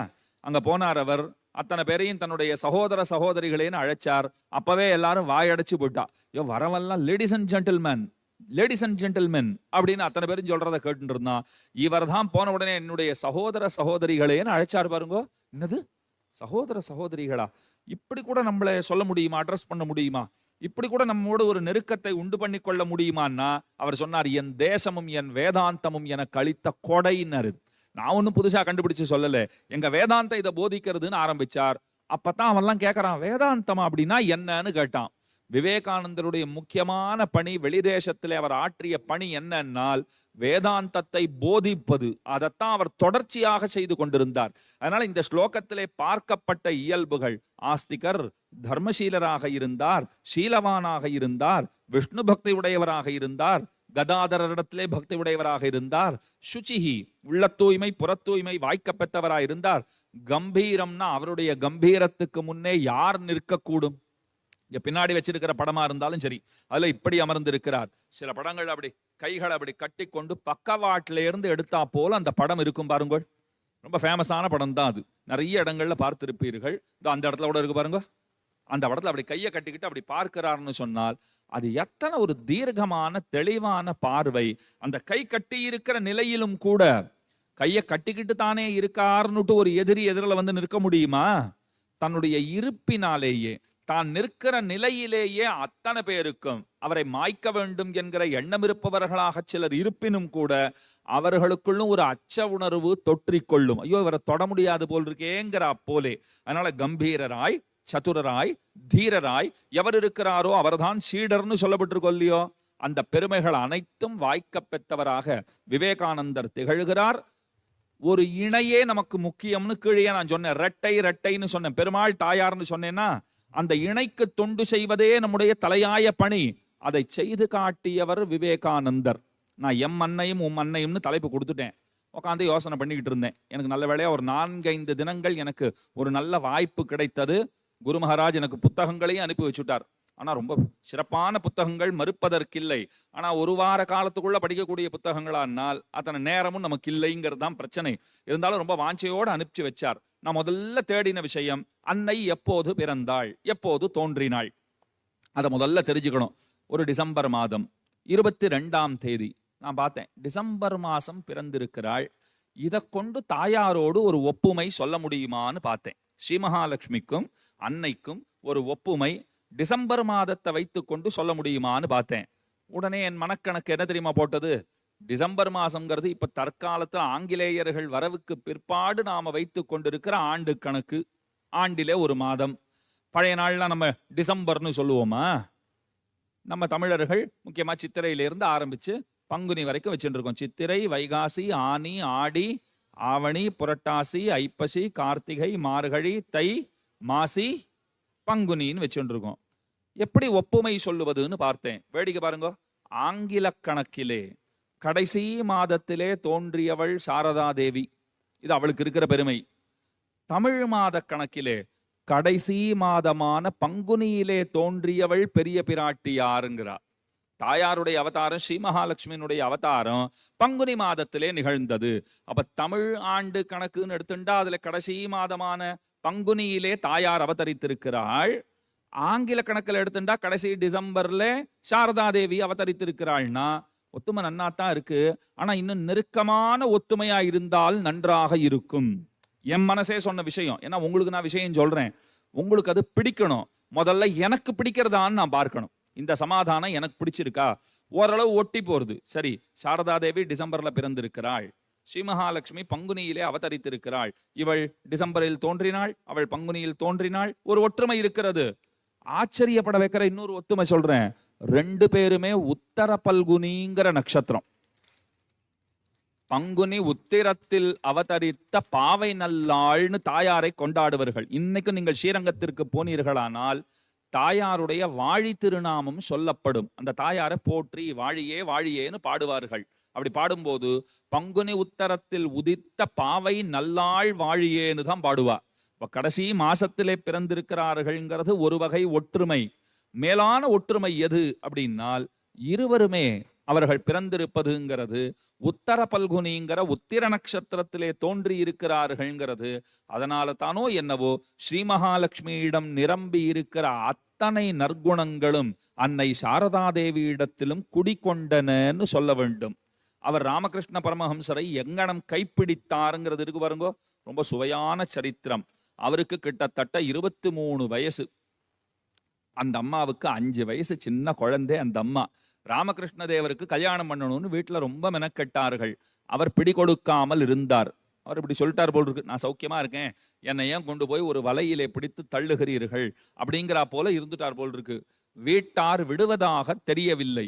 கடைசியில் அவர் என்ன சொல்லிட்டார், எனக்கென்று பிறந்தவள் ஏற்கனவே பிறந்து விட்டாள், நீங்க போங்கோ ஒரு ஊரை சொல்லிட்டு ஜெயராம்பாடிக்கு போனீர்களானால் அங்கே எனக்கென பிறந்திருக்கிறவள் இருக்கிறாள், அவளையே எனக்கு மணமுடித்து வையுங்கள்னு சொல்லிட்டார். 5 வயசுங்க 23 வயசுங்க. பார்த்துக்கோங்க எத்தனை வயசு வித்தியாசம். கிட்டத்தட்ட 18 வயது வித்தியாசம் இருக்கிறதுன்னு சொன்னால் அந்த நாள் அது ஒன்றும் பெரிய விஷயமே கிடையாது. அப்படித்தான் நிறைய வயது வேறுபாடு வித்தியாசம்ங்கிறது இருக்கும். இங்கே தான் நாம் புரிந்து கொள்ள வேண்டியது, இந்த இணைங்கிறது ஏதோ உலக மாந்தர்களை போல ஒன்னா வாழ்ந்தா சில குழந்தைகளை பெற்றெடுத்தார்கள், அந்த குழந்தைகளுக்கு பந்தோபஸ்து பண்ணி வச்சுட்டு போய் சேர்ந்தான் இருக்கிற சாதாரண இல்லறத்தார்களை போல இருக்கிற ஒரு இணை கிடையாது. அவர்கள் குழந்தைகளுக்கு பந்தோபஸ்து பண்ணினார்கள். எந்த குழந்தைகளுக்கு? அவர்களுடைய குழந்தைகள் யாரு? நாம தான் குழந்தைகள். இன்றளவும் ஒரு தாய் தந்தை, இப்ப எனக்கு கூட பசங்கள் இருக்கு, என் பசங்களுக்கு நான் கொஞ்சம் சேர்த்து வைக்காமல் இல்லை. யார் எல்லா தாய் தந்தையும் பண்றது தானே, குழந்தைகளுக்குன்னு கொஞ்சம் சேர்த்து வைக்கணும். பண்றோமா இல்லையா? அத்தனை பேரும் பண்ணுகிறோம். இப்போ குழந்தைகளுக்கு பின்னாடி வர குழந்தைகள் அதற்கு நிறைய பேர் செஞ்சுக்கிட்டு இருப்பாங்க. அதெல்லாம் அறிவற்ற செயல்னு வச்சுக்கோங்க. இன்னும் 8 தலைமுறைக்கு சேர்த்து வச்சுட்டு போறேன்னா இதெல்லாம் நம்ம கையில இருக்கிற விஷயமா? நாம செய்ய வேண்டியது குழந்தைகளுக்கு ஒரு அடித்தளத்தை போட்டு கொடுப்பது, அந்த குழந்தைகளுக்கு சிலவற்றை சேர்த்து வைப்பதுங்கிறது பெரிய தவறு கிடையாது. ஆனா அதுல கூட நான் சில பேரை பத்தி கேள்விப்பட்டிருக்கேன், எவ்வளவு உண்மை பொய்ன்னு தெரியல. சில பெரியவர்கள் அவர்கள் சொத்து மொத்தத்தையும் தானம் பண்ணிடுவார்களாம். ஏன் உன் குழந்தைக்குன்னு கேட்டா அவ என்ன தெரியுமா சொல்லியிருக்கா, இதெல்லாம் நான் சம்பாதிச்சது, என் குழந்தைகிட்ட எனக்கு அன்பு இருக்கு, ஆனா அவனுக்கு வேண்டியதை அவனே சம்பாதித்துக் கொள்வதுதான் முறைங்கிறா. இது எவ்வளவு பெரிய மனசு வேணும்னு பாருங்க. நான் சம்பாதிச்சதை நான் சேரிட்டிஸ்க்கு கொடுத்துடுறேன், அறக்கட்டளைகளுக்கு கொடுத்து விடுகிறேன். அப்ப உங்க பிள்ளைக்கு அவன் சம்பாதிச்சுப்பான், திறமை இருந்தா அவன் சம்பாதிச்சுட்டு போறான், அவன் வாழ்க்கை அவன் கையில்ங்கிறா. அத்தனை பெரிய மனசெல்லாம் எத்தனை பேருக்கு வரும்னு தெரியல. ஆனா பாருங்க, சாரதா தேவியும் ராமகிருஷ்ண பரமஹம்சரும் அவர்கள் குழந்தைகளுக்கு பந்தோபஸ்து பண்ணி வைத்தார்கள். குழந்தைகளான நமக்காக இன்னும் 250, 300, 500 ஆண்டுகள் ஆனாலும் ஒரு ஆலமர விருட்சத்தை போல, ஆலமரத்தை போல வளர்ந்திருக்கக்கூடியதான இந்த இயக்கம்ங்கிறது இருக்கு பாருங்க, அது மனித சமுதாயத்தினுடைய மேன்மைக்காக தொடர்ந்து பாடுபட்டு கொண்டே இருக்கும். அதுல சந்தேகமே கிடையாது. ஏன்னா வேறுங்கிறது இருக்கு பாருங்க, அந்த வேரினுடைய பலம் எப்படிப்பட்டதாக இருக்கிறதுனால் அது கிளைகள் எல்லாம் விட்டு அந்த கிளைகளும் வேறாக அது ஊடுருவி இன்னமும் பல விருட்சங்கள் அதிலிருந்து தோன்றி இருக்கின்றனங்கிறது நாம நிதர்சனமாக பார்த்து அறியக்கூடிய உண்மை. ஒரு இயக்கம்ங்கிறது எப்படி நடத்தப்பட வேண்டும்ங்கிறதுக்கு ஆகச்சிறந்த எடுத்துக்காட்டாக நம்முடைய ராமகிருஷ்ண இயக்கம் திகழ்கிறதுன்னு சொன்னால் அதற்கு வேறாக இருப்பவர் ராமகிருஷ்ண தேவர் அல்லர், அன்னை சாரதா தேவிங்கிறத உறுதிப்பட சொல்லலாம். கல்யாணம் ஆச்சு, அந்த அம்மா அப்புறம் தம் பிறந்தகத்திலே கொஞ்ச நாள் இருந்திருக்காங்க. சில காலங்கள் பிற்பாடு, சில வருடங்கள் பிற்பாடு கணவரை காண்பதற்காக போகிறார்கள். 2 பேரும் சேர்ந்து வாழ்ந்திருந்தாலும் அவர்களுக்குள்ள ஒரு அண்டர்ஸ்டாண்டிங் இருந்தது, ஒரு புரிதல் இருந்தது. நாம் சமுதாயத்திற்காக இணைந்திருக்கிறோமே தவிர நாம் நமக்காக இணைந்திருந்தவர்கள் அல்லர்கள், ஏதோ நம்முடைய தேவைகளுக்காக இணைந்திருந்தவர்கள் என்று நம்மை சொல்ல போகாது என்கிற தீர்மானம் அவர்களிடத்திலே இருந்தது. அந்த காலத்துல கட்டுப்பாடுகளும் ரொம்ப ஜாஸ்தி. எப்படின்னு சொன்னால், அன்னைக்கென்று ஒரு சிறிய அறை ஒதுக்கப்பட்டதுங்கிறார். நான் அதை படிக்கும் போதே நினைச்சேன், இதெல்லாம் ரொம்ப சிறிய அறைன்னு போட்டிருக்கு, பெருசா வசதி வாய்ப்புகள் எல்லாம் கிடையாது. அந்த அம்மா பாவம் ஒரு ஜன்னல் துவாரத்திலிருந்து இல்லை ஏதோ ஒரு சிறிய ஒரு துவாரத்திலிருந்து ராமகிருஷ்ண தேவர் அவர் பரவச நிலை அடைவது, அவர் ஆடுவது பாடுவது எல்லாம் பண்றாரு இல்லையா, அந்த காட்சிகளை எல்லாம் தானும் கண்டு களிப்பார்களாம். அப்பப்போ தோன்றுமாம், இது போன்ற பரவச நிலையை நாம் எப்போது அடையக்கூடும் அப்படின்னுட்டு அந்த அம்மாவுக்கு அப்பப்ப எண்ணம்ங்கிறது ஏற்படுமாம். தானே தான் செய்யும் தியான முறைகளை பத்தி சொல்லும் போது, நான் எப்போதும் தியானம் செய்து கொண்டே இருப்பேன், தியானம் இத்தனை நேரம் பண்ணணும்னு முதல்ல நினைச்சுப்பேனோ என்னவோ, ஆனா அந்த நேரம் கடந்தும் தியானம் தொடர்ந்து கொண்டே இருக்கும். பல நேரங்கள்ல என்னை கடந்து கூட ராமகிருஷ்ண பரமஹம்சர் போயிருந்திருப்பார், எனக்கு அது தெரியாது. சில சமயங்களிலே அவர் போவதை நான் உணர்ந்திருக்கிறேன், என்னை கடந்து அவர் போவதை உணர்ந்திருக்கிறேன்.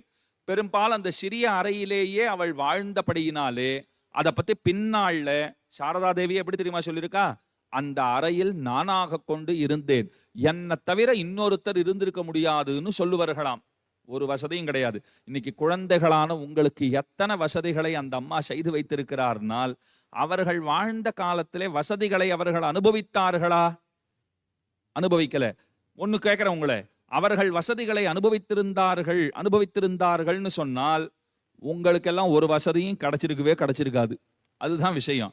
அவர்கள் ஏன் வசதிகளை அனுபவிக்கவில்லை? உங்களுக்கு வசதிகள் யாவும் கிடைக்க வேண்டும் என்பதற்காக தங்களுடைய சௌகரியத்தை அவர்கள் ஒரு பொருட்டாகவே கருதவில்லை. தங்களுடைய சௌகரியத்தை அவர்கள் ஒரு பொருட்டாக கருதவில்லை.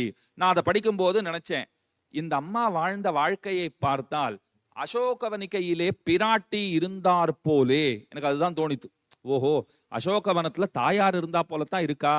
இது அந்த புத்தகத்தை இன்னொரு பக்கம் பிரட்டினேன் பாருங்க, அப்படி புரட்டி பார்த்தால் அங்கே சாரதா தேவியை பார்க்க வருகிற பெண்கள்லாம் என்ன தெரியுமா சொல்லிட்டா, இது என்ன அசோகவனத்துல சீதை இருந்தா போல இருக்காளே. நான் நினைச்ச வார்த்தை பாருங்க, நான் படிப்பதற்கு முன்பே நினைத்து கொண்டேன், ஓஹோ அசோகவனத்துல பிராட்டி இருந்தா போலத்தான் இருந்திருக்கா போல் இருக்குன்னா, அடுத்த பக்கம் புரட்டுகிறேன், அப்படியே எழுதப்பட்டிருக்கிறது.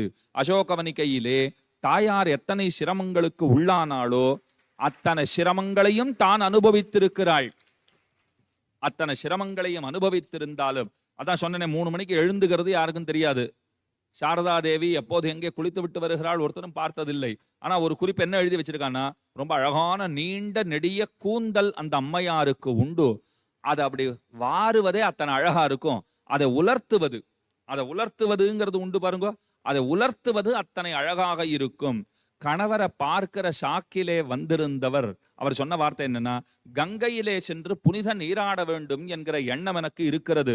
கணவர் இருக்கிற இடத்துல இருந்து 60 மைல் கற்கள் தொலைவிலே இருக்கிற கங்கை, அங்க போகணும்னா அந்த நாள்ல எப்படி போகணும்? இன்னோவா கூப்பிட்டுள்ளாமா? அதெல்லாம் வராது, நடந்துதான் போகணும். அதனால நடந்து போகும்போது பல சிரமங்களும் ஏற்பட்டதுங்கிறா. கீழ்வாதம் முதலான நோய்களுக்கும் அவர்கள் ஆளானார்கள், உள்ளானார்கள். கடைசி வரைக்கும் கணவனுக்கு தொண்டுகளை செய்திருக்கிறார். கணவனுடைய தாயார் தன்னுடைய மாமியாருக்கும் இன்முகத்தோடே தொண்டுகளை செய்திருக்கிறார்கள். இப்படி பார்த்து பார்த்து கணவனுடைய குடும்பத்தை பார்த்து கொண்டிருந்ததை விட அவர்களுடைய மேலான நாட்டமும் அவர்களுடைய மேலான பார்வையும் சீடர்களிடத்திலே தான் இருந்ததுங்கிறது அசைக்க முடியாத உண்மை. இதை பத்தி உங்களுக்கு தாயாரோட ஒரு ஒப்பீடு சொல்லுகிறேன். பராசர பட்டர் ஸ்ரீகுணரத்ன கோஷம்ங்கிற நூலிலே பாடுகிறார். இன்னும் நம்ம கிட்ட இருப்பது 18 நிமிடங்கள், அதனால கொஞ்சம் கவனமா கேளுங்க. ஸ்ரீகுணரத்ன கோஷம்ங்கிற நூலிலே பாடுகிறார். தாயாரை பார்த்து சொல்றார், பிதேவத்வத் பிரேயான் ஜனனி பரிபூர்ணாகசி ஜனே ஹிதஸ்ரோதோ விருத்தியா பவதி ச கதாசித் கலுஷதீஹி கிமேதன் நிர்தோஷா கைஹ ஜகதீதித்வம் உச்சிதைர் உபாயைஹி விஸ்மாரிய ஸ்வஜனயசி மாதா ததசினஹா. ரொம்ப அழகான ஸ்லோகம். தாயாரை பார்த்து சொல்றார், நீ பிறந்தது எங்கே தெரியுமா? அன்னை ஸ்ரீ மகாலட்சுமி எங்கிருந்து அவதரித்தாள்? எதிலிருந்து தோன்றினாள்? பார்க்கடல் யார் சொன்னது? அருமையான பதில். பார்க்கடலில் இருந்து தோன்றினாள். ஸ்ரீ மகாலட்சுமி பார்க்கடலில் இருந்து தோன்றினாள். பராசர பட்டர் ரொம்ப அழகா சொல்லுவார், தாயார ஸ்ரீரங்கநாதன் கல்யாணம் பண்ணிக்கிட்டான். சரியா? ஸ்ரீ மகாலட்சுமியை திருவரங்கத்தில் இருக்கிற திருவரங்கநாதன், திருச்சிக்காரங்க இருக்கீங்களா இங்க? ஸ்ரீரங்கம் போய் பார்த்துருக்கீங்களா? ரங்கநாதரை அந்த அம்மா கல்யாணம் செஞ்சுக்கிட்டாங்க. ஸ்ரீரங்கத்தில் என்ன நதி ஓடுது? காவேரி நதி ஓடுது. உங்களுக்கு தெரியுமா, நதிகள் எல்லாம் சமுத்திரராஜனுடைய மனைவிகள்னு சொல்லுவா. சமுத்திரம் இருக்கு பாத்தீங்களா, அவர் ஒரு அரசராக கொள்ளுங்கள். நதிகள் அனைத்தும் அந்த ராஜாவினுடைய மனைவிகள். நதிகள் அனைத்தும் அந்த அரசனுடைய மனைவிகள். அப்ப நதிகள் அனைத்தும் மனைவிகள்னா, இப்ப கடலில் இருந்து தோன்றிய அன்னை மகாலட்சுமி காவேரிக்கும் அவ பொண்ணு தானே. ஏன்னா எல்லா நதிகளும் கடல்ல போய் அடையுது. அதனால நதிகள் எல்லாம் மனைவிகள். கடல் அரசன் அவர் தான் கணவர். தாயார் தோன்றியது கடலில் இருந்து, திருப்பார்கடலில் இருந்து தோன்றினாள். அப்ப கடலரசனுடைய மகள் நதிகளுக்கும் பெண் தானே, காவேரிக்கும் பெண் தானே. அந்த காவேரி பார்த்தாளாம், என் பொண்ணத்தான் ரங்கநாதன் கல்யாணம் பண்ணிக்கிட்டு இருக்கான், நன்னா வச்சு குடித்தனம் நடத்தணும், என் பெண்ணை அவன் வெறுக்க கூடாது. அதுக்கு என்ன செய்யலாம்னா, பொன்னும் மணியும் கொண்டு வந்து இந்த காவேரி அப்படியே வெள்ள தள்ளிக்கிட்டே இருப்பாளாம். ஸ்ரீரங்கத்துக்குள்ள சீதனம் கொடுக்குற மாதிரி என்ன அழகா வர்ணிச்சிருக்காரு பாருங்க. தன் பெண் இங்கே குடித்தனம் செய்கிறாள்ங்கிறதுக்காக சீதனம் கொடுக்குற மாதிரி, என் பெண்ணை ரங்கநாதா நீ கல்யாணம் பண்ணிட்டு இருக்க, அதாவது என் கணவர் சமுத்திரராஜனுடைய பெண்ணான ஸ்ரீ மகாலட்சுமியை கல்யாணம் பண்ணிக்கிட்டு இருக்க, இந்த சீதனம் ஒன்றும் கொடுக்கலன்னு சண்டை கிண்ட போட்டுறாத, வரதட்சணையே கொடுக்கலன்னு ஏதாவது சண்டை போட்டுற போற, கொடுமைப்படுத்த போற, இந்தா வச்சுக்கோன்னு சொல்லிட்டு அந்த காலத்துல காவேரி அலையெறிகின்ற காவேரி. அந்த காவேரி என்ன செய்யும்? கரை பொறுதொழுகும் காவிரி ஆறுன்வா. கரையெல்லாம் உடச்சிக்கிட்டு போறா போல இருந்த காவேரி அது அப்படியே பொன்னும் மணியும் வைரமும் கொண்டு வந்து வெள்ள தள்ளிக்கிட்டே இருக்குங்கிறா. பராசர பட்டர் சொன்னார், உனக்கு உன்னுடைய பிறந்தகம் பிடித்திருக்கும். பிறந்தகம் எல்லாருக்கும் பிடிக்கும் இல்லையா? சாரதாதேவி ராமகிருஷ்ண தேவரை திருமணம் செய்து கொண்ட பிற்பாடு குறைந்த சமயம்தான் பிறந்தகத்திற்கே சென்றிருக்கிறார்கள்னு ஒரு குறிப்பு இருக்கிறது. ரொம்ப பிறந்தகத்துக்கு கூட போகல. ஏன்னா பிறந்தகம்னு சொன்னாலே இன்றைக்கும் அது உங்களுடைய சகோதரியா இருக்கட்டும், உங்க அம்மாவா இருக்கட்டும், கண்கள்ல ஒரு சொட்டு கண்ணீர் வந்துடும். ஏன்னா பிறந்தகத்து வாழ்க்கைங்கிறது என்ன இருந்தாலும் புகுந்த வீட்டுல அது கிடைக்குமா? பிறந்தகத்து வாழ்க்கைங்கிறது அது அவர்களுக்கு அலாதி இன்பம். பிறந்தகத்துல 8-9 மணி வரைக்கும் தூங்கினா கூட கேள்வி கிடையாது. அம்மா வந்து எழுப்பினா கூட என்ன சொன்னா, இருமா ஒரு அரை மணி இருமான்னு ஒரு பெண் சொல்ல முடியும். புகுந்த வீட்டுல சொல்ல முடியுமா? அப்படி சொல்ல முடியும். இன்னைக்கு காலம் மாறி போச்சுன்னு வச்சுக்கோங்க. புகுந்த வீட்டுல எழுந்துருன்னு சொல்றதுக்கு தான் பயமா இருக்கு. இப்போ எழுந்துக்க மாட்டேன்னு சொல்ற தைரியம் எல்லாம் இல்லை, எழுந்துருன்னு தைரியமா சொல்றதுக்கு இப்ப பயமா இருக்குன்னு வச்சுக்கோங்க. அப்போ பராசர பட்டர் சொன்னார், உனக்கு பிறந்தகம் பிடித்திருக்கும். பிறந்தகத்தை காட்டிலும் உனக்கு நிச்சயமாக புகுந்த வீடு, கணவனோட நீ வசிக்கிறாயே, அந்த வைகுண்டம் பிடித்திருக்கும். தாயார் சொன்னா, இதெல்லாம் விட எனக்கு பிடிச்ச இடம் எது சொல்லுன்னு கேட்டா, அதுக்கு பதில் சொன்னார், நாங்கள் வசிக்கிற இந்த பூவுலகம் தான் உனக்கு மிகவும் பிடித்தமானதுன்னுட்டார். பிறந்த இடத்தை காட்டிலும் புகுந்த இடமான வைகுண்டத்தை காட்டிலும், அதாவது திருப்பார்கடலை காட்டிலும் வைகுண்டத்தை காட்டிலும் உனக்கு பிடித்தமான இடம் நாங்கள் உரையும் இடம் பாருங்கோ. தாயார் இப்படி தலையசைச்சா, குழந்தைகள் இருக்கிற இடம் தான் அம்மாவுக்கு பிடிக்கும்னா. அப்ப ராமகிருஷ்ண தேவரை அவள் தேடி வந்தது, நாடி வந்தது, அவரோடு வசிப்பதுங்கிற அந்த ஒற்றை காரணத்துக்காக அன்று. முக்கியமான காரணம், அவரை நாடி வருகின்ற பக்தர்கள். அந்த பக்தர்களுக்கு காவிரி தாயார் எப்படி பொன்னும் மணியும் கொண்டு வந்து கொட்டி ஸ்ரீரங்கநாதனை மகிழ்விக்கிறாளோ, அதை போல நாடி வருகின்ற பக்தர்களுக்கு தன்னுடைய அருட்பார்வைங்கிற அமுத கிரணங்களினாலே அவர்களை எல்லாம் நன்கு தோய்த்திட வேண்டும், அவர்களை எல்லாம் நன்கு நாம அனுகிரகித்திட வேண்டும்ங்கிறதுக்காகத்தான் அன்னை தம்முடைய கணவரை தேடி வந்தார், நாடி வந்தாருங்கிறது இங்கே சொல்லப்பட்டிருக்கிற விஷயமாக அமைந்திருக்கிறது. பல சீடர்களிடத்திலே அன்போடு இருந்தாலும் முக்கியமாக ராமகிருஷ்ணானந்தர் என்று கொண்டாடப்படுகிறவரான சசி மகாராஜன் அவரை ரொம்பவும் கொண்டாடுவார்கள். அந்த சசி மகாராஜ் அவர் தான் இந்த இல்லத்தையே தோற்றுவித்து இத்தனை பெரிய இந்த ஆலமரத்திற்கு விதைங்கிறா போலே அவர் உழைத்திருக்கிறாருங்கிறது இந்த சமயத்திலே நாம் நிச்சயமாக நினைவு கூற வேண்டும். அவர்தான் தென்னாட்டு யாத்திரை, இந்த தென்னகத்திலே சாரதாதேவி அவர்கள் யாத்திரை செய்து இங்க இருக்கிற பக்தர்களை எல்லாம் அனுகிரகிக்க வேண்டும். தென்னாட்டில் வந்து பார்த்துட்டு அந்த அம்மா ஆச்சரியத்தோட சொன்ன வார்த்தைகள் என்னன்னா, இங்க இருக்கிற பெண்கள் எல்லாம் நல்ல நாகரிகம் தெரிந்தவர்களாக, படித்தவர்களாக, உலக அறிவு இருக்கிறவர்களாக, அனுபவம் மிக்கவர்களாக இருக்கிறார்கள். அங்க இருந்து இங்க வந்து சர்டிபிகேட் என்ன கொடுத்துட்டு போயிருக்காங்க. இங்க இருக்கிற பெண்மணிகளை பத்தி சொல்லும் போது இவர்கள் யாவும் தெரிந்தவர்களாக இருக்கிற அத்தனை மகிழ்ச்சியாம். இங்க இருக்கிற பெண்கள் எல்லாம் பார்த்துட்டு அம்மாவுக்கு அத்தனை ஆனந்தமாம். ஒரு பெண் எப்படி இருக்க வேண்டுமோ அப்படி இருக்கிறாள். இன்னைக்கும் கலாச்சாரத்தை பாதுகாப்பதுன்னு வந்து விட்டதென்னால் தமிழ் பெண்களுக்கு இணையாக நிச்சயமாக யாரையும் நம்மாலே சொல்ல முடியாது. ஏன்னா இன்னைக்கு மேற்கத்திய நாகரிக தாக்கம்ங்கிறது நிறைய இருக்கு. வெஸ்டர்ன் கல்ச்சர் நிறைய வந்து விட்டாலும் இன்னைக்கு நீங்க கிராமப்புறங்கள்ல போய் பாருங்க. அதைத்தான் பாடினார். ஏன் இவரே மகாத்மா காந்தி என்ன சொன்னார்? நம்முடைய தேசத்தினுடைய உயிர் கிராமங்களிலே இருக்கிறதுன்னு சொன்னார் இல்லையோ. இன்னைக்கு நீங்கள் பொங்கல் ஒரு நல்ல நாள், ஏகாதசி, அமாவாசை, பௌர்ணமி இதெல்லாம் வந்ததுன்னு சொன்னால் ஒரு பெண்ணும் நன்னா தலைக்கு குளித்து நன்னா மஞ்சள் தேய்த்து குளித்து அதை காலில் அணிந்து கொள்ள வேண்டிய மெட்டி என்ன, மங்கள பொருள்கள் என்னென்ன உண்டோ, வளையல்கள் அணிந்து கொள்வதாகட்டும், ஒரு விரதத்தை அனுட்டிப்பதாகட்டும், இப்படி பார்த்து பார்த்து செய்யக்கூடியவர்களாக, கலாச்சார பாதுகாவலர்களாக எவர்கள் விளங்குகிறார்கள்னு சொன்னால் சந்தேகமின்றி நம் தேசத்தினுடைய பெண்மணிகள் எத்தனை கொண்டாடினாலும் தகும். இப்ப நீங்க பாருங்க, கிராம பின்புலத்தை சேர்ந்த பெண்கள் இங்க வந்து படிச்சார்கள்னா கொஞ்சம் இந்த நாகரிக உலகத்துல மயங்கி போய் வெஸ்டர்ன் கல்ச்சர்ஸ் எல்லாம் அவங்க ஃபாலோ பண்ண ஆரம்பிச்சாலும் ஊருக்கு போச்சு அப்படியே மாறிடுவாங்க. ஏன்னா ஊர்ல பெரியவங்க இருப்பாங்க, கேள்வி கேட்கறதுக்கு பெரியவங்க இருப்பாங்க. இதெல்லாம் தான் சாரதா தேவியாருடைய மனத்தை தொட்டனன்னு சொல்ல வேண்டும். அவர்கள் சொல்லுகிறார்கள், இங்கே வசிக்கிறவர்கள் நல்ல அறிவு படைத்தவர்களாக இருக்கிறார்கள், சிறந்தவர்களாக, அனுபவம் மிக்கவர்களாக இருக்கிறார்கள் என்று பலவாறாக கொண்டாடி இருக்கிறார்கள். தன் கணவருக்கு பார்த்து பார்த்து தொண்டுகள் செய்தது அவர் காலம் முடிந்த பிற்பாடும் கூட அவருடைய பணிகளை சீடர்களை கொண்டு தொடர்ந்தது. விவேகானந்தர் ஃபாரின் போறாருன்னு சொன்னால் அன்னையினிடத்திலே வந்து அவர் கேட்டபோது, உன் அன்னை உன்னோடு எப்போதும் உடனிருப்பாள்ங்கிறத நினைவிலே கொள். எத்தனை பெரிய ஆசீர்வாதம் பாருங்க. அதைத்தான் புத்தகத்தில் எப்படி குறிப்பிட்டு இருக்கிறார்கள்னு சொன்னால், அவர் உரையாற்ற செல்லும் போது அவருக்கே மனசுல சில எண்ணங்கள்லாம் இருந்துதான். ஏன்னா போற இடம் புது இடம், கப்பல்ல பயணம், அங்கே போக வேண்டும், ஒன்றும் கையில ஒன்றும் பெருசாலாம் கிடையாது. ஏன்னா இங்க இருக்கிற பல பேர் சேர்ந்துதான் அவரை அனுப்பி வைத்தார்கள்னு சரித்திரம் பார்க்கிறோம். பல பேர்களிடத்திலே யாச்சித்து பணங்காசு சேர்த்து அவருக்கு கொடுத்து அனுப்பி இருக்கிறார்கள். மனச்சஞ்சலம்ங்கிறது எத்தனையோ இருக்கும். ஆனால் அன்னையினுடைய அந்த ஆசீர்வாத வார்த்தைகள் இருக்கு பாருங்கோ, உன்னுடன் உன் அன்னை இருக்கிறாள் என்பதை எப்போதும் நினைவிற்குள். விவேகானந்தர் ஒரு இடத்துல சொல்றார், அந்த வார்த்தைகள் தான் என்னை அங்கே சாதனைகள் நிகழ்த்துவதற்கு ஊன்றுகோலாக இருந்தனங்கிறார். தன்னுடைய அறிவை அவர் சொல்லவே இல்லை.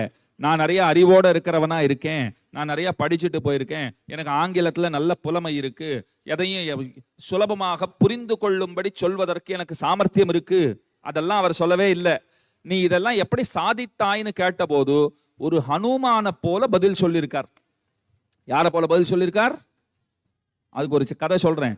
ஹனுமான் ராமன் கிட்ட இருந்து சீதை கிட்ட போனாரா? தூதனாக போனார். தூதனா போகிறச்சு அங்க போய் நீ யாருன்னு கேட்டா அவர் என்ன தெரியுமா சொன்னார்? தூதோகம் ராமஸ்ய அப்படின்னார். எப்படி சொன்னார்? தூதஹா அகம் ராமஸ்ய, நான் ராமனுடைய தூதன். அப்படி சொல்றச்சே ஒரு இருமாப்போட அவர் சொல்லல, ஆனா இருமாப்போட சொல்றா போலே ஒரு துவனி, அந்த துவனி இருக்கு. சார் நான் பாத்துக்கிறேன் சார் அப்படின்னு ஒரு பையன் சொன்னான்னா அவன் தன்னம்பிக்கையோட சொல்லியிருக்கலாம். ஆனா அந்த குரல் அது எதிரில் இருக்கிறவருக்கு எந்த மாதிரியான ஒரு உணர்வை தரும்னா, கொஞ்சம் கர்வியா இருப்பானோ, அகங்காரத்தோட பேசுறா போல இருக்கே, நான் பாத்துக்கிறேங்கிறானே அப்படின்னு தோன்றுமா தோன்றாதா? அதை போலத்தான் அனுமானுடைய பேச்சு இருக்கு. அவர் என்ன சொல்லிட்டார்? தூதோகம் ராமஸ்யன்னார். அங்கே போய் தாயாரை பார்த்தார், வணங்கினார், திரும்ப வரார். அப்பா அவரை பார்த்து கேட்கப்பட்டது, நீ யார் அப்படின்னா அவர் சொன்ன வார்த்தை என்ன தெரியுமா? தாசோகம் கோசலேந்திரஸ்யன்னர். இந்த ரெண்டு வார்த்தைக்கு இருக்கிற வேறுபாட்டை பாருங்கோ. நான் ராமனுடைய தூதன்னு சொன்னவர் இப்ப என்ன சொல்றார்? தாசோகம் கோசலேந்திரஸ்ய, நான் கோசல தேசத்து அதிபதியான ராமனுக்கு அடிமைங்கிறார். நான் கேட்டேன், இது போச்சே அப்படி சொல்லலையே, தூதன்னுட்டு ஏதோ ஒரு அரசாங்க அதிகாரி மாதிரின்னா பேசியிருக்கீர். இன்னைக்கு கூட பாருங்க, வெளிநாட்டு தூதுவர் வந்தார் அப்படின்வா. ஒரு ஊருக்கு நீங்க போனா அங்கெல்லாம் அந்த தூதரகம்னு வச்சிருப்பா. கேள்விப்பட்டிருக்கீங்களா? நம்ம தேசத்திலையும் பல வெளி தேசங்களுடைய தூதரகங்கள் உண்டு. வெளி தேசங்களிலும் நம்ம தேசத்தினுடைய தூதரகம்னு இருக்கும். அங்க ஒரு தூதர்னு ஒருத்தரை நியமிச்சிருப்பா. இங்க இருந்து அவர் தான் கன்வே பண்றதுக்குன்னு இருப்பார். அது பெரிய பதவி அது. அப்ப ஹனுமான் போகிறச்சே தன்னை ஒரு பெரிய பதவியில இருக்கிறவராட்டம் சொல்லி கொண்டார். திரும்ப வரச்சே என்ன சொன்னார்? இப்பதான் சொன்னேன். திரும்ப வரச்சே என்ன சொன்னார்? நான் ஒரு அடிமைன்னார். நான் கேட்டேன், போச்சே இந்த அறிவு உமக்கு இருந்ததா தெரியல, வரச்சே இந்த அறிவு எப்படி வந்ததுன்னு. அவர் என்ன தெரியுமா சொன்னார்? போகச்சே நான் சீத்தையை பார்க்கலையேன்னார். இவ்வளவு அழகான வார்த்தை பாருங்க. போகச்சே நான் சீத்தையை பார்க்கல, என்ன பெரிய பதவியில இருக்கிறவனா நினைச்சுக்கிட்டேன். சீத்தையை பார்த்த உடனே நான் என்ன புரிந்து கொண்டேன்னு சொன்னால், நான் ராமனுக்கு அடிமை என்று புரிந்து கொண்டேன். இதத்தான் விவேகானந்தர் வேற மாதிரியா சொல்லியிருக்கார். நான் சாரதா தேவியை வணங்குகிற வரையிலும் நான் பெரிய ஆளா என்ன நினைச்சுக்கிட்டு இருந்திருக்கலாம். நினைச்சுக்கிட்டு இருந்தார்னு நான் சொல்லல, நினைச்சுக்கிட்டு இருந்திருக்கலாம். ஆனால் அன்னையை வணங்கின பிற்பாடுதான் ராமகிருஷ்ண தேவருடைய அருமை சீடன் நான், அந்த இணைக்கு தொண்டன் நான்கிறத புரிந்து கொண்டேன்கிறத வேறு வார்த்தைகள் எப்படி சொல்லியிருக்கார்னால், சீத்தையை பார்த்த பிற்பாடுதான் தனக்கு ஞானம் ஏற்பட்டதாக ஹனுமான் சொன்னா போலே, அன்னையின் அனுகிரகத்தை பெற்று சென்றதால் தான் என்னாலே இத்தனை சாதனைகளை நிகழ்த்த முடிந்தது என்று மொத்த கிரெடிட்டும் அவர் யாருக்கு கொடுத்திருக்கார்? அன்னைக்குத்தான் கொடுத்திருக்கிறார். அன்னை பற்பல உபதேசங்களை நம் பொருட்டு செய்திருக்கிறாள்.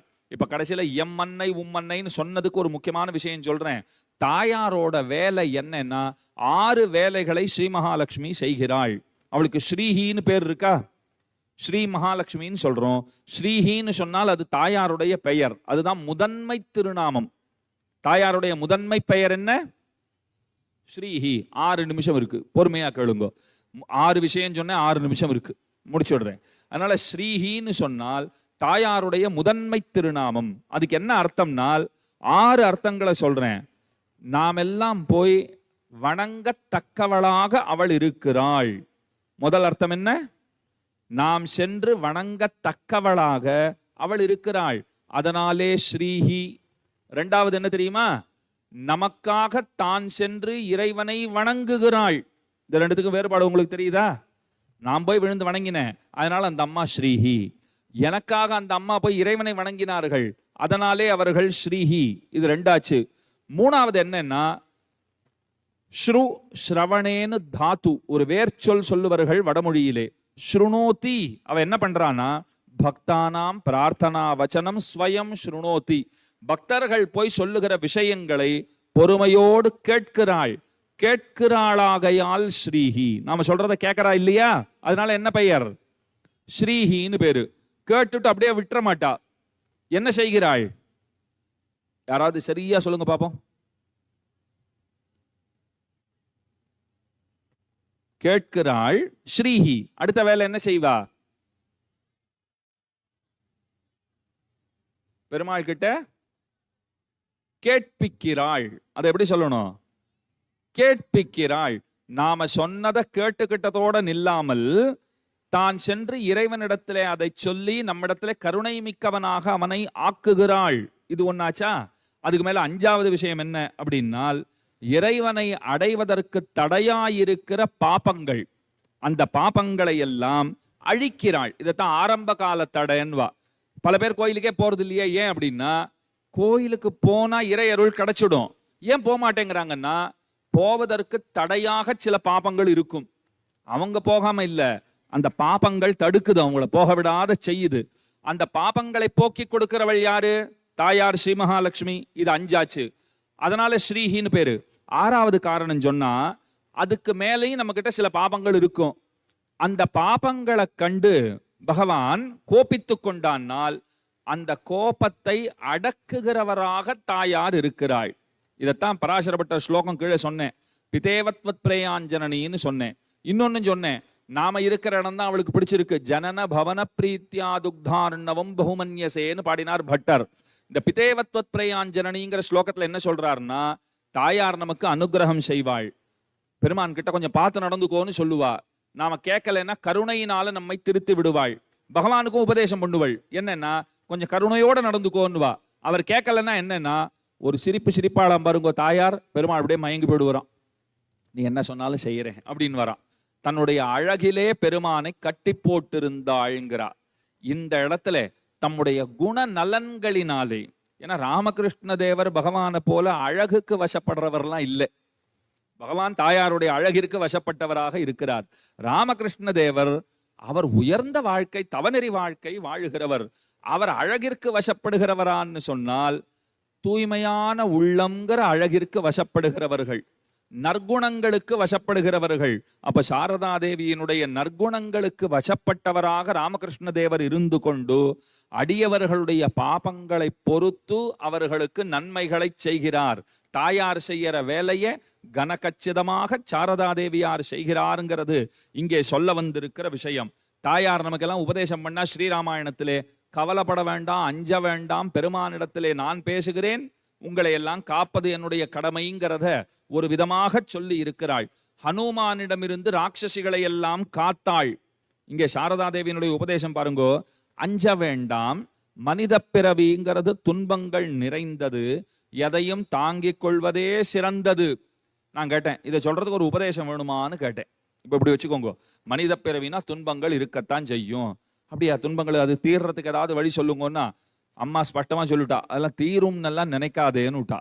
துன்பங்கள் தீரும்னு நினைக்காதே. அப்ப என்ன ஆகும்னா அதிகமாகும். ஐயோ இதுன்னு கேட்க பயமா இருக்கே அப்படின்னால் அப்ப இதுல இருந்து தப்பிக்கொள்வதற்கு யாது வழின்னா அழகா சொல்லிட்டா, இறைவனுடைய திருநாமங்களை எப்போதும் சொல்லிக் கொண்டிருங்கிறா. எப்போதும் பெருமானுடைய திருநாமத்தை நீ சொல்லிக் கொண்டிரு. சம்சாரம் எனக்கு பயமா இருக்கேன்னா அழகா சொல்றா, ஸ்ரீ ராமகிருஷ்ணரிடம் பிரார்த்தனை செய்தவர்கள் எதற்கும் அவர்கள் அஞ்ச தேவையே இல்லைங்கிறா. ராமகிருஷ்ணரிடத்துல பிரார்த்தனை பண்ணிவிட்டீர்களானால் நீங்கள் பயப்படுவதற்கு நிச்சயமாக வாய்ப்பே கிடையாது. அடுத்தது சொன்னா பாருங்கோ, இந்த உடலிலே வசிக்கும் வரை உண்மையான இன்பத்தை நீ அடைய முடியாது. உலகம் துன்பமயமானதாகத்தான் இருக்கிறது. இன்பம்ங்கிறது வெறும் வார்த்தை அளவில் தான் இருக்கும். இது எவ்வளவு சிறந்த போதனைன்னு பாருங்க. ஏன்னா நாம இன்பத்தை நுகரும் போதே பின்னாடி துன்பம் வரப்போகிறதுங்கிறதையும் நினைவிலே கொள்ள வேண்டும். ஒரேடியா நீங்கள் ஒரு 25 குலாப் ஜாமுன்களை சாப்பிட்டா என்ன ஆகும்? சும்மா சக்கரை எகுரும் இல்லையா? சாப்பிடும்போது நன்னாத்தான் இருக்கு குலாப் ஜாமுன். அப்பவே நாம என்ன புரிஞ்சுக்கணும்? ஏதோ நாவடக்கம் இல்லை, சாப்பிட்டுட்டோம், இது அது வேலையை நிச்சயமாக காட்டத்தான் போகிறது.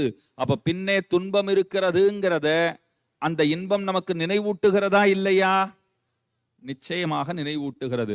அதை போலத்தான் இன்னொரு பக்கத்தையும் நாம பார்க்கணும்.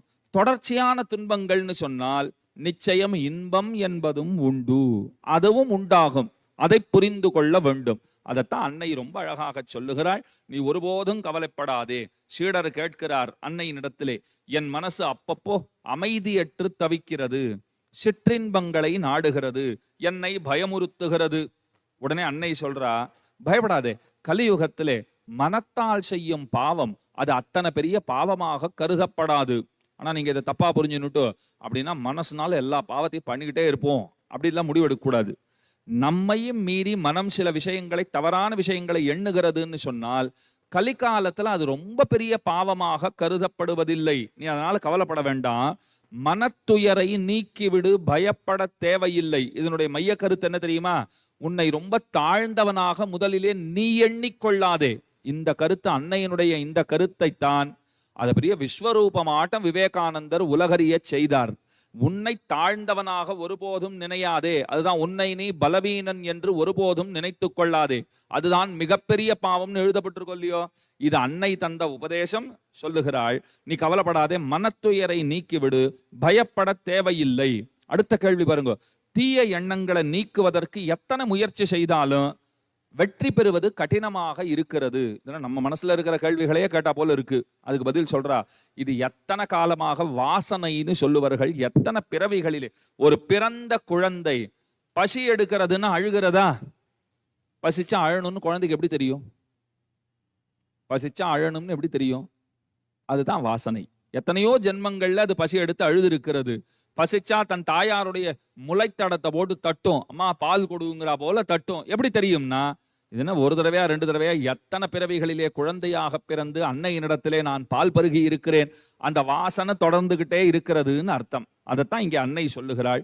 நீ செய்ய வேண்டியதெல்லாம் நல்லவர்களோட இணக்கத்தை வளர்த்துக்கொள். அருமையான உபதேசம் பாருங்கோ. நீங்கள் நல்லவனாக இருப்பதற்கு முயற்சி செய். நீ முயற்சி செய்யணும்னு நினைச்சாலே போதும். முயற்சி செய்கிறாயோ இல்லையோ, முயற்சி செய்ய வேண்டும் என்கிற எண்ணத்தை விதைத்து கொண்டாலே நீ முயற்சி செய்ய தொடங்கி விடுவாய். காலக்கிரமத்திலே நீ வெற்றியும் பெற்று விடுவாய். அதுக்கு மேல சொன்ன அழகான வார்த்தை, குருதேவரிடத்திலே பிரார்த்தனை செய்து கொள். அதுக்கு அடுத்த வார்த்தை பாருங்கோ, நானும் இருக்கிறேன்னா. இது என்ன அழகா எழுதி வச்சிருக்க பாருங்களேன். தாயார் சொன்ன வார்த்தை அப்படியே பிசகாமல் இங்கே எழுதப்பட்டு இருக்கிறது. நீ குருதேவர்கிட்ட பிரார்த்தனை பண்ணிக்கோ, எல்லாம் நடந்துடும்னு சொல்லல. அடுத்த வார்த்தை என்ன போட்டிருக்கா பாருங்க. வேணும்னா இந்த புத்தகத்திலே 210வது பக்கம், திருமூவரின் வாழ்க்கையும் உபதேசங்களும், சுவாமி தபஸ்யானந்தருடைய புத்தகத்திலே அதுல பாருங்க 210வது பக்கத்திலே அன்னையினுடைய உபதேசங்கள், 212ஆம் பக்கத்துல கடைசி பத்தி அவசியமாக பாருங்கள். அதுல பாருங்க, நீ வெற்றி பெறுவாய், குருதேவரிடம் பிரார்த்தனை செய்து கொள். போராதா? அதோட நிறுத்திட்டா போராதா? அடுத்த வார்த்தை என்ன சொன்னாங்க? நானும் இருக்கிறேன். இதுதான் முக்கியமான விஷயம். ஏன் அந்த நானும் இருக்கிறேன்னால், குருதேவர் கைவிட்டாலும் நான் கைவிட மாட்டேன்ங்கிறது அர்த்தம். இது ரொம்ப பெரிய வார்த்தை. இது குருதேவர் கைவிடுவாரானால் கைவிட மாட்டார். என்ன இருந்தாலும் தாடி மீசையோடு இருக்கிற ஆண்மகன் தானே. இப்படி பாருங்க, இந்த பார்வையில பாருங்க. குருதேவர் உயர்ந்த சிந்தனையாளர், கருணையே வடிவெடுத்தவர், ஒருத்தரும் மறுக்கலை, எல்லாம் வாஸ்தவம் தான். என்ன இருந்தாலும் ஒரு முரட்டு மனிதன்னு சொல்லிடலாம் ஆண்களை சொல்லும் போது, இல்லையா? முரட்டு ஆசாமிடான்னு கேட்டிருக்கீங்களா? முரட்டு ஆசாமின்னு சொல்லி, ஏன்னா ஐயோ ஆளு தாடியும் மீசையோ, எப்பயாவது கோபம் வராது கூட இருந்துருமான்னு. நம்ம என்ன அவ்வளோ தப்பு பண்ணி வச்சிருக்கோம், எனக்கே கோபம் வரும், அவருக்கு வராதான்னு ஒரு கேள்வி வரும். ஒருவேளை அன்னையினுடைய மனசுல அப்படித்தான் தோன்றி இருக்க வேண்டும்.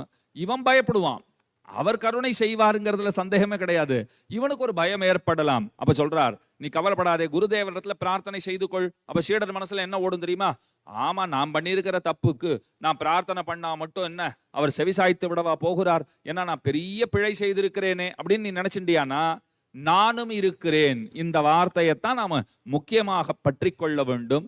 நான் இருக்கிறேன், கவலைப்படாதுன்னு என்ன அர்த்தம்னால், அவர் கைவிட்டாலும் நான் கைவிட மாட்டேன்கிறதே அவள் சொல்ல வந்த செய்தியாக அமைந்திருக்கிறது.